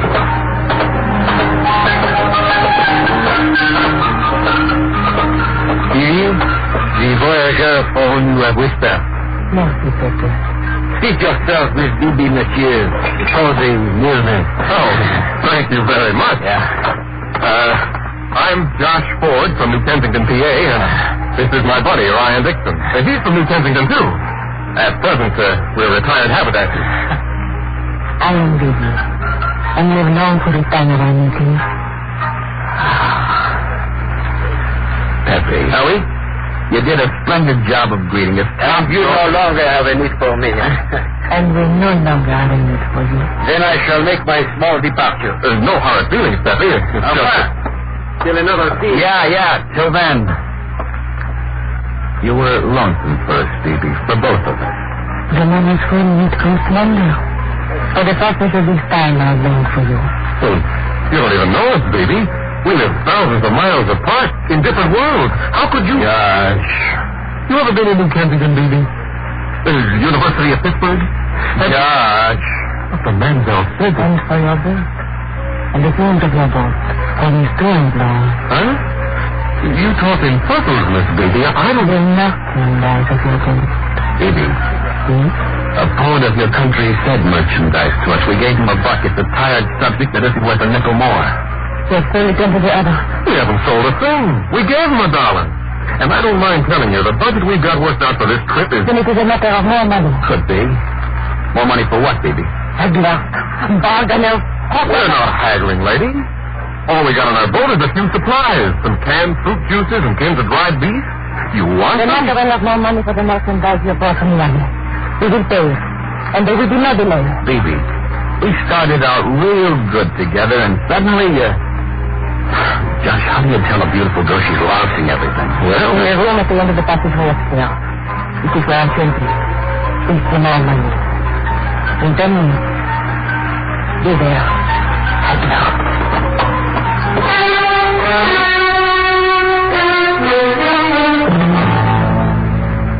She moved away from us, and she moved like some uncalling phrase of primitive melody.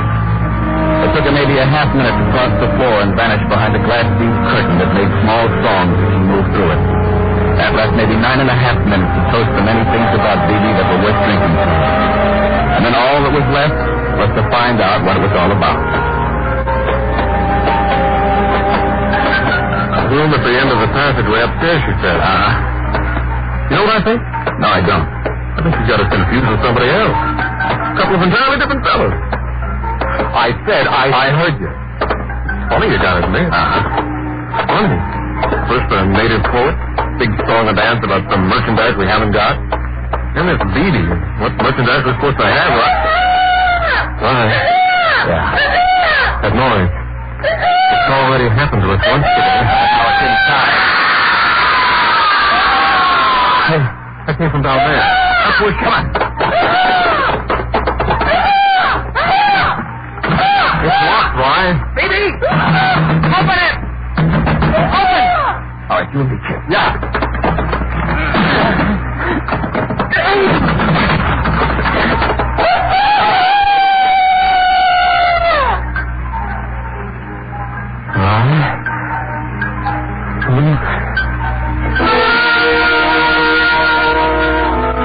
What lay on the floor wasn't worth looking at. Thin lines of blood crisscrossed Phoebe's face and throat like some abstract design in horror. The new twist on death in the afternoon. Young lady, beautiful young lady, slashed to death by the spurs of a gamecock. The bird jumped to the windowsill and crowed to death once more. A pretty pink and blue sign smiled, "Welcome to Haiti."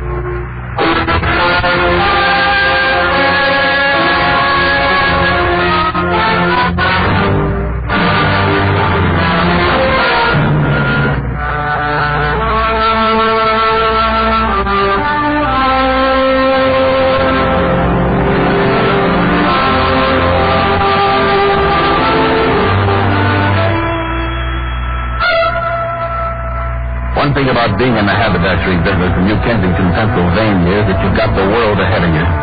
Keep in mind that anything is possible when you finally get to Haiti and come across a beautiful woman slashed to death by a fighting bird bred to kill. Accept it and then run. Like Josh and I did, 3 blocks until a sign said Hotel of 7 Sisters, fans in every room. We paid for one night with fans. The sign wasn't kidding. There was a fan. This one you grasped in the hand, waved back and forth under the chin, creating refreshment. And letting the sound of the island drift in through the open window. Right? Huh? We shouldn't have run away. We're strangers in a strange country, baby. Who knows what we're supposed to do? Anybody who dies is a concern. I'll get it. You need me. Hey, Josh. Look who, the poet. Come in, come in. How'd you find us? I inquired of 2 Americans running in the noonday heat. What are you looking for? An explanation of the events at the Café de Pavillon de Tiluna. The killing of the girl Bibi was a mistake. She, permit me, what is the hour? Almost 2:30. A good, an excellent time. For a punctual compatriot of mine will arrive in a moment and deal with the alternate... You're doing it again, Rene. You're talking riddles. Oh, forgive me. Like so. The merchandise you have brought, those about across the water there, the small way across the water. We wait for the ground, so they find a way to purchase human dignity. Boy! Huh? Get the picture? This guy's a revolutionary. Hey, you're a real revolutionary, aren't you? You think we've got guns for a revolution or something? You know what they're going to say in New Kensington? They're going to... Josh. Renee, what about the girl? Why did that beautiful girl have to die like that? Bibi. Unfortunate. Like so. She was killed because, goodness, the competitors whom we are expecting. Well, tell them it's like so. Somebody's got our boat mixed up with somebody else's, huh? Hello, Renee.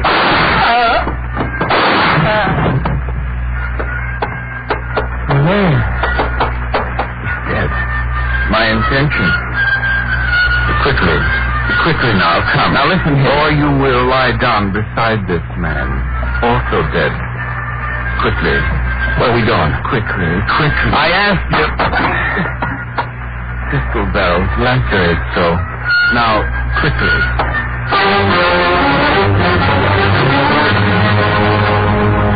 The front sight of his gun had cut my cheek, and there was nothing to do but put my hand to it. He spotted us outside. The man in goatee, U.S. Army surplus, and German Luger into a waiting cab. Unhappy driver looked at my cheek and then at the upholstery and then shrugged about the whole thing. You better take it somewhere. We can get a cheek attended to, said my friend Josh. Sure. Was the stir my friend Josh created. In a while, the bleeding stopped. We got out in the part of Haiti where it was no longer Port-au-Prince, where it became the apron of jungle around the city. A mansion of columns and glazed brick and flamingos looking coy behind royal palms. A butler in knee breeches told us we were late, that everybody was in the auditorium. A private theater, gentlemen, that you may watch if you wish. I'll tell Etienne you're here. Etienne? Who's he? You try to make a break from here, you'll be shot down before... What kind of a name is that? Etienne? In there.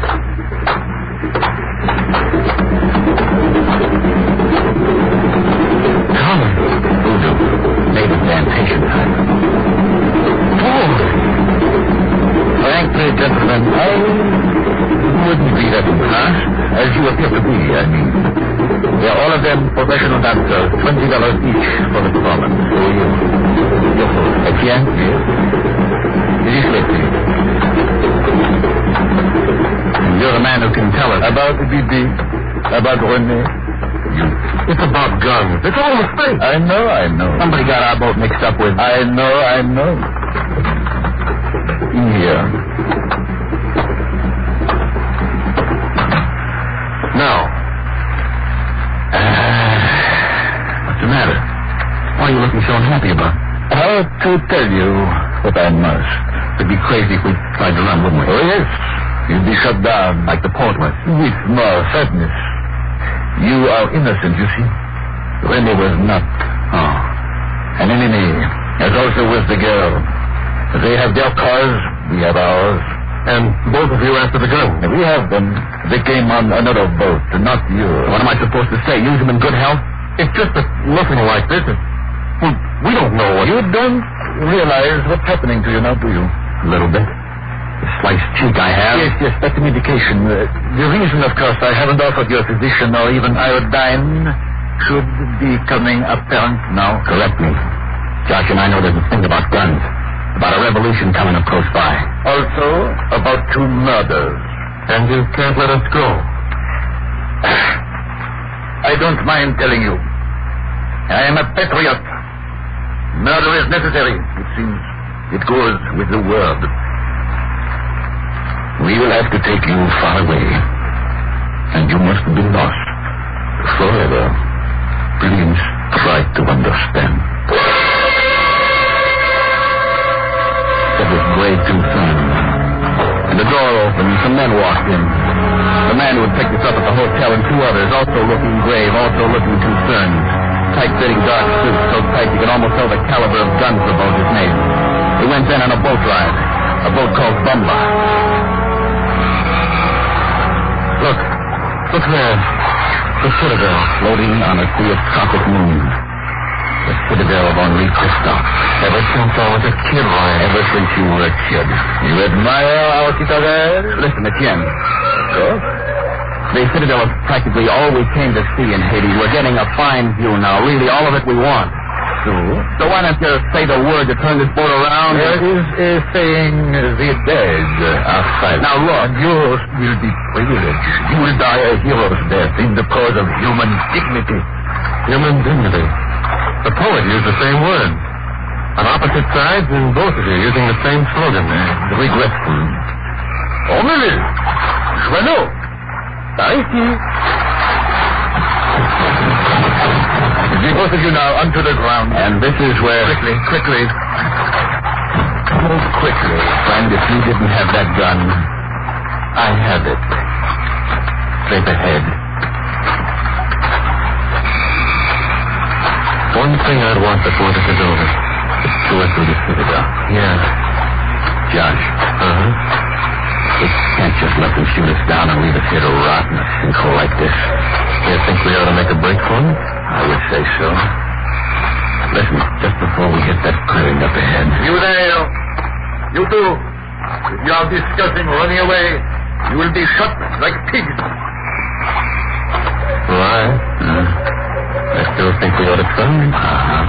Right now? Right.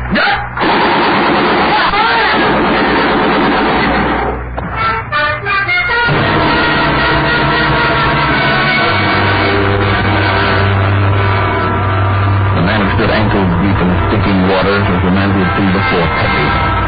A man in a bar called the Pavilion of the Small Moon. A man who had taken us to Pigeon. You recognize me, I can tell. A bandolier of bullets over his shoulder, the snout of his submachine gun sniffing a circle at our belt buckle. But Ken, the others who had brought us here, face deep in the mud. A brown marsh water washing their blood away slow. Very slow. Eventually I knew they had to come here, where the guns are cached. See, those cases. The gun, the cause of everything. Oh, yeah, we're glad to see you. Truly? I don't like the way you said that. What do you have in mind? These whom I have slain. They were going to kill you, correct? They said it wasn't because we'd been nice to Bibi and the poet, but because... You were nice to them? Well, sure. My heart is filled with kindness for you both, for they were my friends. I asked you something. What do you have in mind? Surely you know. You must die. Word must not leak out of what happened here. This of the gun, this of the killing. Right? Yeah. Listen, you. Oui? A favor. Huh? My friend here, all he wants to do is take a look at the Citadel. He may. There it is. Look. My friend here, he wants to take a look up close. This was his dream trip, the Citadel of Henri Christophe, his dream place. I see. Oh, oui.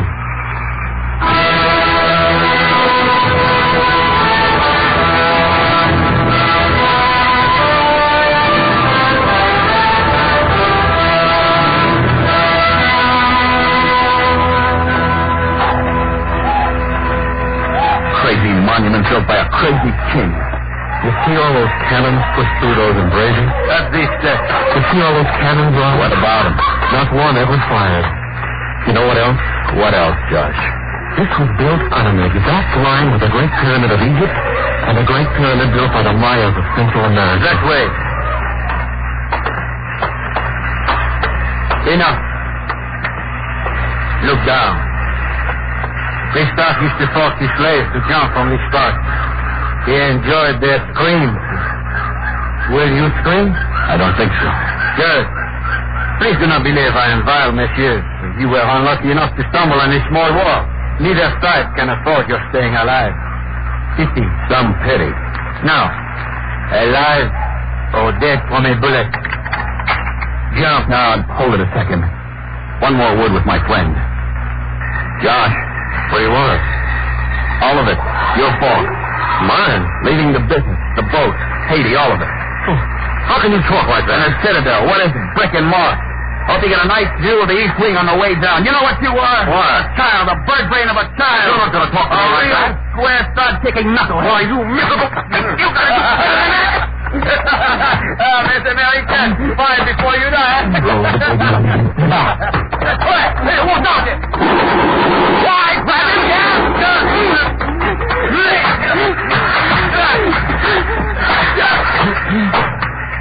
Fry? Fry? Yeah, I'm okay. You? Okay. What about him? You tie him up, leave him, I don't know, something. All right. What? You see that over there? What over there? That flag. Well, what about it? That's Henri Christophe's tomb. He was buried there. Nobody was killed. Right over there. Something, isn't it? Really something. Boy.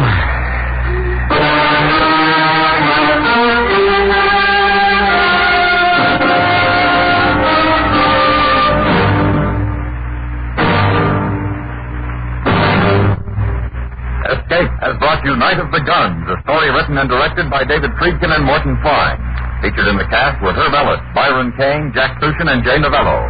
Also heard were Lillian Baeff, Shep Mencken, John Daner, and Paula Pascal. Your announcer, George Walsh. The special music for Escape is composed and conducted by Leif Stevens. Next week. You are adrift in a native canoe somewhere off the Solomon Islands.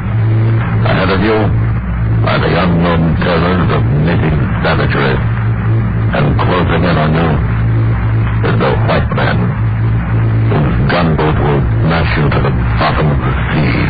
So listen next week when Escape brings you John Russell's story, The Price of the Head.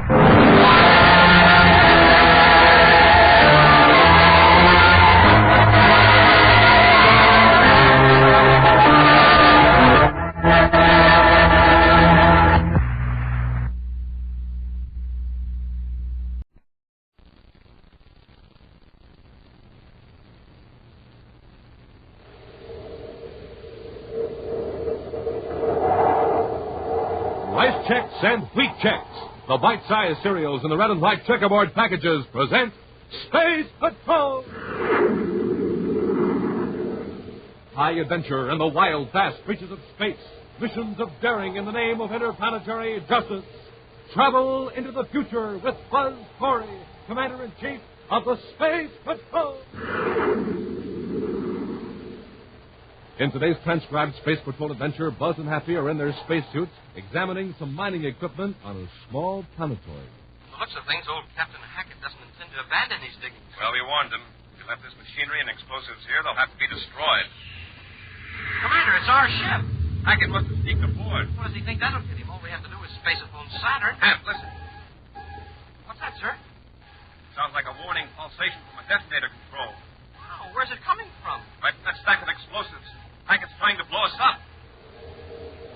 We'll return in just a moment with today's exciting Space Patrol adventure, Captain Hackett's Planetoid. Rockets away, Captain. Here it comes. Smoking rockets. This pocket-sized cosmic rocket launcher sure is terrific. A rocket with a miniature Snap-on scout car. Real neat. No wonder everybody wants one. Right, Hap. And Space Patrollers, wait till you try out your own swell cosmic rocket launcher. Lots of fun, plenty of action. Just press the trigger and whoom, watch it zoom down that nylon cord. Wham! Hits a target and bang, down goes the scout car. Right. You guide it yourself from the trigger of its stainless steel launching gun. It travels down 33 feet of special nylon cords. Send it on long trips or short hops. Launch it solo or with one of your pals. Launch it over and over and over. The rocket and its Snap-on double-deck scout car are specially constructed of slick, durable plastic. Weatherproof and shatterproof plastic in keen-looking colors, red and yellow. Okay, Captain, tell the Space Patrollers how they can get a cosmic rocket launcher. Go ahead, that's an order. Yes, sir. Just send a Rice Chex or Wheat Chex box top, or send the special premium panel from the side of a Nestle's Quick Can, or the lid, together with your name and address and 25 cents in coin, to Space Patrol, Box 686, St. Louis, Missouri. Don't forget your 25 cents. That's Space Patrol, Box 686, St. Louis, Missouri. This offer good only in the USA and may be withdrawn at any time. Rockets away, Space Patrollers. Send for yours today.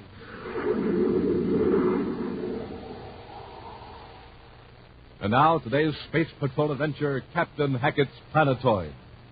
The Space Patrol, under the direction of Commander Corey, continues the unrelenting search for Prince Baccarati. For the time being, however, the evil prince seems to have suspended his criminal operations. Right now, on Saturn's sixth moon, the Space Miners Outfitting and Supply Company is having its own special problem, for Captain Hackett is in camp. It is the bad fortune of Wilbur Jenkins, assistant manager, to be on duty alone in the supply center as the old Space Miner storms in. There's my list, Jenkins, all itemized. How soon can you fill that order and get supplies to my ship? I'm very sorry, Captain Hackett, but we simply can't extend any more credit. Jenkins, you're an idiot. What would you say if I told you I'll be back in 90 days with 100,000 credits worth of molybdenum? Molybdenum? No, not so much. Like the brat everything all over the satellite. Listen, I've located some wolframite with a high content of molybdenum. In a few months, I can make enough to retire. Well, that's the story. Now get busy before it's lost. I'm very sorry, Captain Hackett. It's a matter of policy. No more credit. All right, Jenkins. You'll be sorry. Give me my list. As Captain Hackett angrily strides out of the Space Miners' supply house, two men follow him at a discreet distance. At the spaceport, the miner taunts toward a battered spaceship with the two men strolling after him. What if he recognized me? We've been on Saturn number 6 for 3 days, and no one has recognized me. Don't worry. No one is going to suspect Prince Baccarati of loitering around a remote mining supply center. Just let me do the talking. Yes, Mr. Borzak. Excuse me. You're Captain Hackett, aren't you? That's right. What about it? I'm Paul Borzak, and this is my partner, John Fairclough. We're in the investment business on Jupiter. Perhaps you heard of me? Borzak, huh? Nope, never did. I couldn't help overhearing. I thought perhaps you and I might work out something together. What do you mean by that? Just this. If you're sure you can bring back a payload, I might finance you, stake you to supplies and equipment. And for what percentage of the profits? What do you expect to make on your first sale? 100,000, maybe. Would you give me a quarter of that? That's fair enough, Mr. Borzak. How much will you need to outfit your ship and settle your account with the supply company? Altogether, 4,500 credits. All right. Captain, here are 5 1,000 credit notes. Go back to the center and get what you need. Hey, Mr. Borzak. Will Jenkins sees this. Oh, just a minute, Captain. I'd prefer that no one else knew that I am backing you. Yeah, I know what you mean. Every dead bee on the 6th moon will be after you for a handout. Well, don't worry, Mr. Borzak. I'm good at keeping secrets. You have to be in this business. Yeah, Hanny. What next? When he blasts off, we'll trail him in another ship. We'll find out where he gets that wolfenite ore. An accident will happen to Captain Hackett, and I'll have his secret all to myself. Far off the regular space lanes, the Terra 5 roars along in a sweeping vector over the Saturn orbit. Buzz and Happy intently watch the viewscope screen as the scanning beams probe the blackness that surrounds them. I think I've got it, sir. Yep, it's an asteroid, and a big one. Check the space coordinates, Hap. Yes, sir. The baby we're after will give a close inspection. Might even be worth sending some lab ships out to make tests. Yes, sir, but why bother to make tests if it's going to be blown up? The experts might be able to tell where it originally came from. Some of the Neptune astronomers think it might not be a part of our solar system. Maybe a wanderer from another system. Well, it got caught in the gravity field of our sun. Yes. If it was thrown off by another system, our scientists want to sample it. Whatever force kicked that planetoid in our direction sure must have given it a terrific wallop. Hap, look at the screen. But the ship is landing on that asteroid. Maybe the lab ship is ahead of us. No, it's not a lab ship, Hap.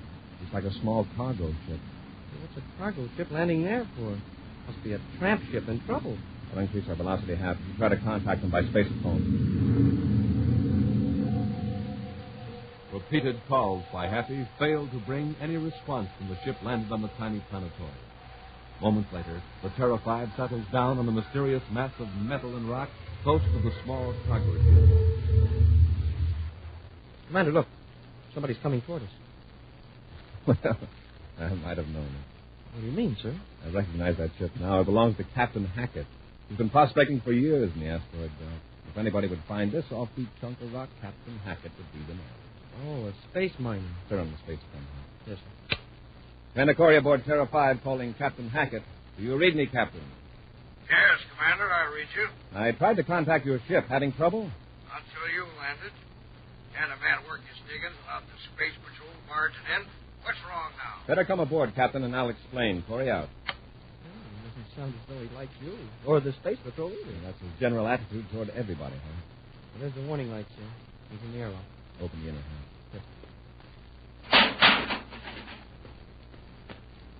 Well, welcome aboard, Captain. Captain Hackett, this is Cadet Happy. How do you do, Captain? May I ask what you're doing in this planetoid, Captain? Doing a little prospecting. And I got a right to. This is my planetoid by right of discovery. I've already filed my claim. The papers are in my ship. Now, anything wrong with that? No, nothing's wrong. But it might be dangerous to stay here. What do you mean, dangerous? Captain, I'm sorry, but this planetoid is going to be blown up with a cosmic bomb. Blown up? What for? Because of its eccentric orbit. In a few days, it'll cross the orbits of the inner planets. So what? It won't be a menace to space travel? That's where we disagree, Captain. It'll pass close to the sun. A tremendous gravity pull will hurl it into a new orbit. It's an unstable orbit. It'll be a menace to artificial satellites circling Mercury, Earth, Terra, and Venus. No telling how much damage it'll do before it finally spirals into the sun. I won't have it. This is the biggest strike ever made in my life. Now you say you're going to blast it with that cosmic bomb. Strike? What kind of a strike? Wolfenite. Richest ore I ever saw. There's millions of credits worth of molybdenum right under this ship. Captain, listen to me. I'll have a lab ship come here and make some tests. If there is valuable ore here, you can put in a claim to the government for a reasonable amount. Reasonable amount? Well, 50 million credits would be a reasonable amount. Captain, with your present equipment, could you get 50 million credits worth of ore out of here before the planetoid crashes into the sun, say in 10 days? Why, no, of course not. So whether we bomb the planetoid or not, it'll be destroyed. Keep that in mind. So you'll get a fair indemnity if you cooperate. Well, if you put it that way. There's a lab ship on Saturn moon number 6. I can have it out here for tests in a few hours. Saturn 6? Well, that's... I was thinking maybe I could file my claim on Saturn 6. Fine. Now, for your own safety, Captain, I suggest you stay clear of this planetoid until you hear from me. I'll stop off at Saturn 6 and make arrangements for the ore tests. Later, in a small room at a small space hotel on Saturn 6, Captain Haggart explains this recent turn of events to his backer, a man he knows as Mr. Borzak, but who actually is Prince Baccarati. Baccarati's accomplice, John Feldkamp, squirms uncomfortably at the news. Baccarati, alias Borzak, seems unperturbed. Captain, didn't it occur to you that you are being taken advantage of? Cheated? Huh? What do you mean? How do you know this planetoid will spiral into the sun and be destroyed? Why, Commander Corey said so. Of course. Now, suppose the government pays you a few thousand credits and then proceeds to mine the minerals itself. And suppose the planetoid doesn't strike the sun. You will have given away your fortune. Father, Corey always impressed me as being honest. Every man has his price, Captain. And in this case, millions are involved. Now, wait. Corey didn't know there was anything valuable there. Are you sure he didn't? Anyway, isn't that strange that Corey was suddenly so anxious to have you file for damages? Yeah. He wants you out of the way. Cheap and late. Well, I don't know. Captain Hackett, where is your famous shrewdness, your knowledge of man? Why, I heard that nobody could put anything over the intelligent Captain Hackett. Nobody's going to put anything over on me, especially the Space Patrol. I'll fix them. I won't sign anything. And what's more, I'll take care of Corey. See you later, gentlemen. Oh, wow. Captain's really mad. Yeah, but how's that going to help us? You know Corey wouldn't lie. Space Patrol really will blow up that planetoid. Of course.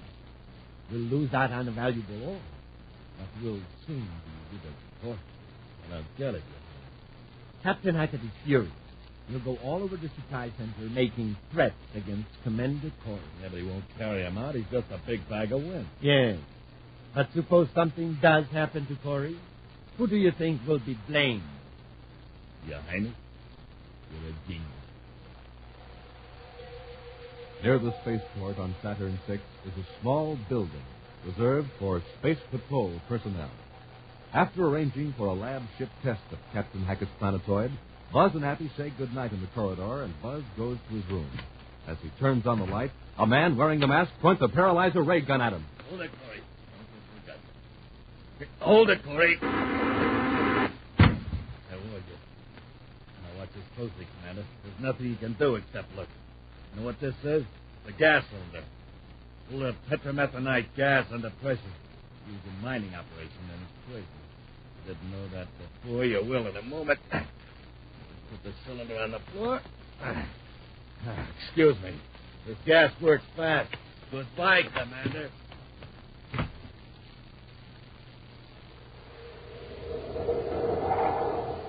We'll return to Space Patrol in just a moment. Wow, Captain Two-Fell. Our cosmic rocket launcher sure went traveling that time. Yes, sir. Space Patroller used all 33 feet of launching cord. Hey, let's make this trip a short one, okay? Okay. All set? Here goes.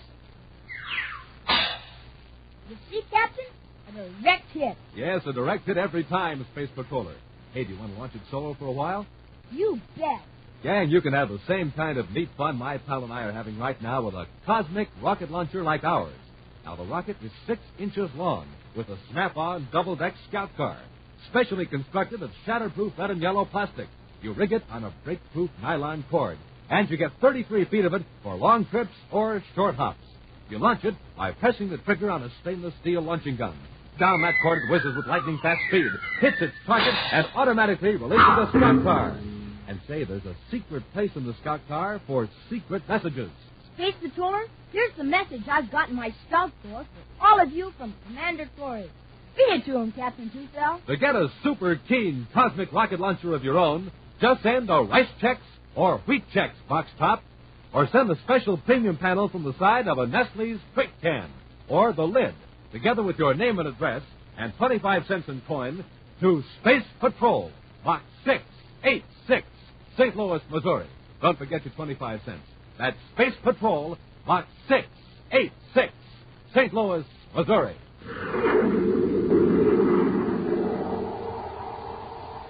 And now back to our Space Patrol adventure, Captain Hackett's Planetoid. Prince Baccarati has contrived a way to dispose of Commander Corey, so the blame will be placed on Captain Hackett. Baccarati's accomplice, John Feldkamp, rendered Commander Corey helpless with a paralyzer ray gun, then opened the valve of a container of poisonous gas used in mining operations. Unaware of the peril buzzes in, Happy sits on his bunk in his room down the hall, reading a microfilm book. Suddenly, he cuts off the projector and walks down the hall to the commander's door. Smoking rockets. Commander, what happened? Gas. It's poison. Here, I'll shut it off. I better get you out in the hall. A paralyzer ray, huh? Yes. Oh.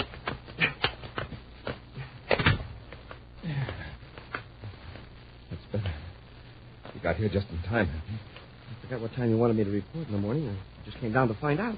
Yeah, this is one time I'm grateful for your lapse of memory. Same here. Who did it? I couldn't tell. He was wearing mining clothes. He wore a mask. You look over now. Hope I can stand up on it. Yes, sir. What kind of gas was that? Peppermethanite. Miners use it to test for certain minerals. The gas in there is partly dissipated by now. If you get the cylinder out of the room, we'll take it over to the supply center and see if we can trace the serial number.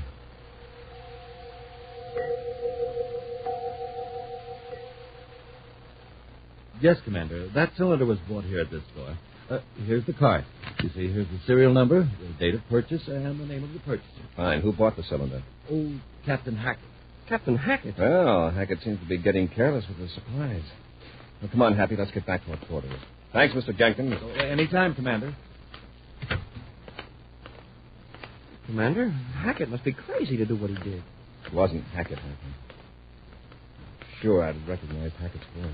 But, Commander, when we last saw Hackett, you and he were almost pals. Why did he change? Let's ask Hackett. He's probably headed for his Planetoid. Sir, the ship's not ready. The maintenance crew will be working on it for another 3 hours. They'll check out in a small lunar job.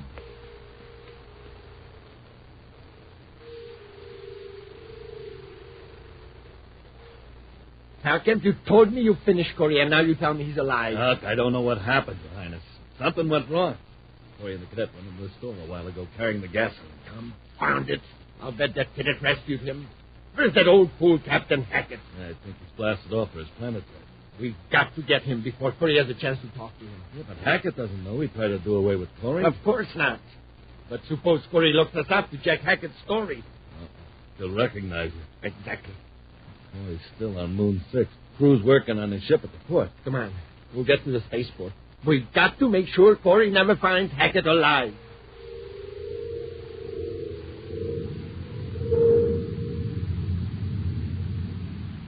There you are, Your Highness. That's Hackett's Planetoid. Are you sure that's the one? Yeah, of course. I told you I located it when I trailed Hackett the other day. Well, what's our procedure? Land, take him aboard, and then dispose of him later? No. The Space Patrol would find his ship and wonder what became of him. We'll finish him right there on the Planetoid. That's worse. They'll know what happened to him, then. We'll make it look like an accident. Hackett must have explosives in his ship or around his diggings. Everyone on Saturn VI knows he's wiped out, angry. How natural to assume the captain got careless. Now you're talking. That'll solve everything.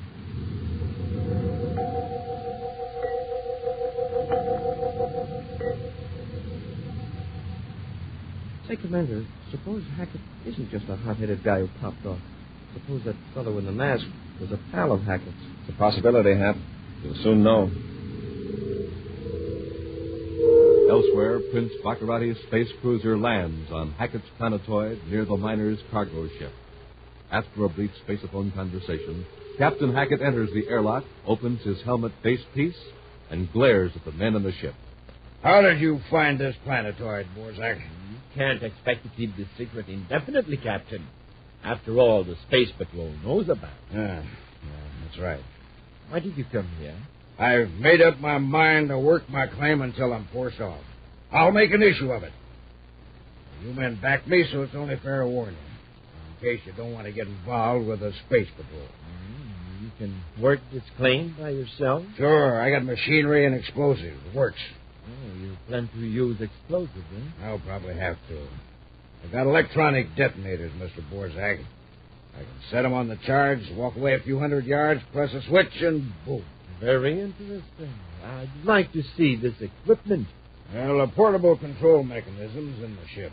But the rest of the stuff's down there in that crater-like depression where all the heavy equipment is. Your Highness, look at the view scope. Ship. It's coming right toward us. Now let them come. I'm staying right here. Say, wait a minute. Feldkamp, what did you call him? Your Highness? Yes, Captain. You did call me by my rightful title. I'm Prince Baccarati. Baccarati? Crook. I thought your face looked familiar. Wait a minute. You were lying about Corey. Yes, Captain. But it's too late to do anything about it. Get him, Captain. Use your ray gun. You'd better blast off quick, Your Highness. Wait a minute. We still have time to carry out our plan. Falcon, close Hackett's space helmet and carry him down into the crater, below the mining equipment. Okay. Then get the detonator control out of Hackett's ship. You can hide behind those rocks over there. Then I'll blast off. Wait a minute. You mean you're leaving me here? Just for a short time. If that ship lands and someone gets out to investigate, you blow out the explosives. Then I'll come back and get you. How can I be sure? Well, even if I don't, you still have Hackett's ship for a getaway, or even the ship that's now on its way. I still don't like it. I've taken all the risks. That's the way it's going to be. Now, get Hackett out of here. I want to blast off before that other ship sees me. By the time Commander Corey lands the small lunar ship on the Planetoid, Prince Baccarati's cruiser is a tiny speck, almost invisible, in the black, voided space. When Hackett fails to answer their spaceophone call, Buzz and Happy get out of their ship and in their spacesuits make their way across the rough, rocky surface toward the stacks of supplies and mining equipment. Didn't like Hackett to hide out. Maybe he's down the crater setting up drilling equipment. Commander, it's our ship. Somebody sneaked aboard and blasted off. Captain Hackett. What does he think that'll get? All we have to do is space phone Saturn and... Hey, we can take off after him in his own ship. It'll be faster anyway. Pat, listen. What's that, sir? Sounds like a warning pulsation from a detonator control. Detonator control? Where's it coming from? Right from that stack of explosives. Hackett's trying to blow us up.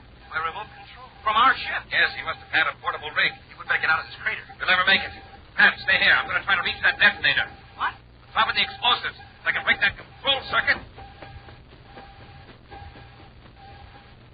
Can you locate the switch? I hope this is the right one. Keep down.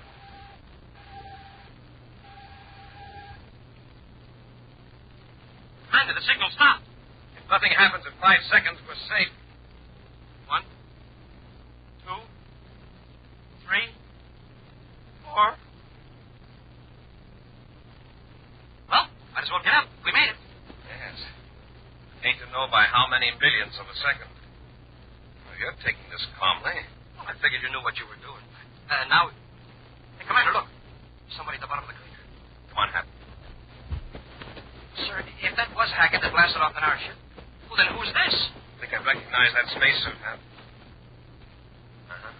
This is Captain Hackett. It is? Well, then who tried to blow us up? Who blasted off in our ship? Somebody who wanted us and Captain Hackett out of the way. Feldkamp calling Prince Baccarati. Feldkamp calling Prince Baccarati. Put up your spaceophone, you fool. I'm coming back. But something went wrong. There wasn't an explosion. Corey's still alive. Baccarati, you hear me? I'm in one of those slow lunar type ships. Come back. Pick me aboard your ship. Your Highness, come back. I have no time for bunglers. Baccarati out. Prince Baccarati. Your Highness, help me. Hackett may still be alive. We'll get him aboard his ship and blast off after that lunar job.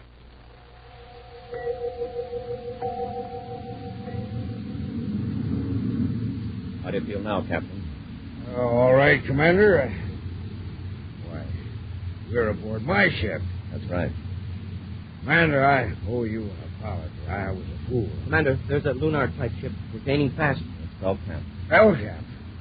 That's Baccarati's partner. They lied to me, Commander. I know.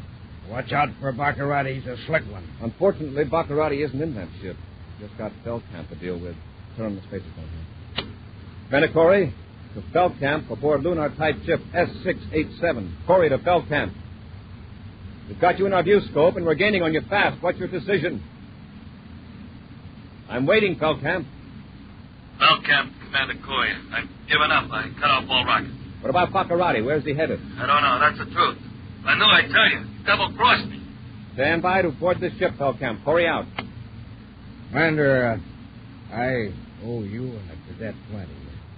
You saved me from Baccarati and his pal. All along, you were trying to help me. I went around saying those lies about you. Forget it, Captain. You were deceived, that's all. Sure, and you were worried about losing that Planetoid. That's right. Something that important would upset anybody. Oh, well, maybe it's all for the best. I used to envy fellows that struck it rich. People would point to them and say, "There's so-and-so, king of uranium." Or, "Look, that's the king of cobalt." That's what I thought I wanted. Yeah, but how many people can say, "There goes Haggart, the king of the molybdenum"? No, Happy, it's molybdenum. Molybdenum. There, you see, I told you nobody could say molybdenum. I said it! In just a moment, a preview of next week's exciting Space Patrol adventure brought to you by Nestle's Quick for the greatest tasting chocolate milk and those famous Nestle's chocolate bars. Hi, Space Patrollers. This is Tony Sides, and I'm telling you the new cosmic rocket launcher is sensational. Here's what you get again. A breakproof plastic rocket and scout car. 33 feet of tough nylon cord. And a stainless steel trigger. Fire it and wham! The rocket shoots to its target and automatically releases the scout car in midair. Fast? Wow! The only thing faster is the way Nestle's Quick disappears. Honest, Quick makes milk so chocolatey, so delicious. Just like Nestle's chocolate bar. You want it all the time. To make the best chocolate milk in the universe. And get that cosmic rocket launcher. Just do this. Ask your mom to buy the brown and yellow can of Nestle's Quick. Then send the premium panel from the label, or lid from the Nestle's can, or a Rice Chex or Wheat Chex box top, together with your name and address and 25 cents in coin, to Space Patrol, Box 686, St. Louis, Missouri. That's Space Patrol, Box 686, St. Louis, Missouri. And hurry. Now, a preview of next week's exciting Space Patrol adventure. Buzz and Happy, wounded in a fight with two of Baccarati's agents, have collapsed before the open door of a huge spaceship hangar on the planet Venus. The storm's getting worse, Commander. We can crawl inside that hangar and close the door. We'll be safe. Dust. I can hardly breathe. In a minute, we'll have a thick 80-ton door between us and the wind. Keep going, Hap. A few more feet. Commander, the hangar door. It's closing. Move fast, Hap. I can't. Hurry. We're right under the door. If it hits us, we're finished. Be sure to join us next week for the thrilling story, The Capture of the Red Falcon. Space Patrol, created by Mike Moser, starring Ed Kemmer as Commander Corey and Lynn Osborne as Cadet Happy, was written by Lou Houston, produced and directed by Larry Robertson, executive producer Mike Devery. Other players were Bela Kovacs, Norman Jelly, Ken Mayer, and Tony Sides. Dick Tufeld speaking. Now, don't forget to tune in next Saturday and every Saturday for daring, exciting adventure on Space Patrol. Space Patrol was brought to you today by Rice Chex and Wheat Chex, the bite-sized cereals in the red and white checkerboard packages. Be sure to see another exciting Space Patrol story on your local ABC television station. Consult your newspaper for time and channel. This program is broadcast for Armed Forces overseas through the worldwide facilities of the Armed Forces Radio Service. Space Patrol came to you transcribed from Hollywood. This is ABC Radio Network.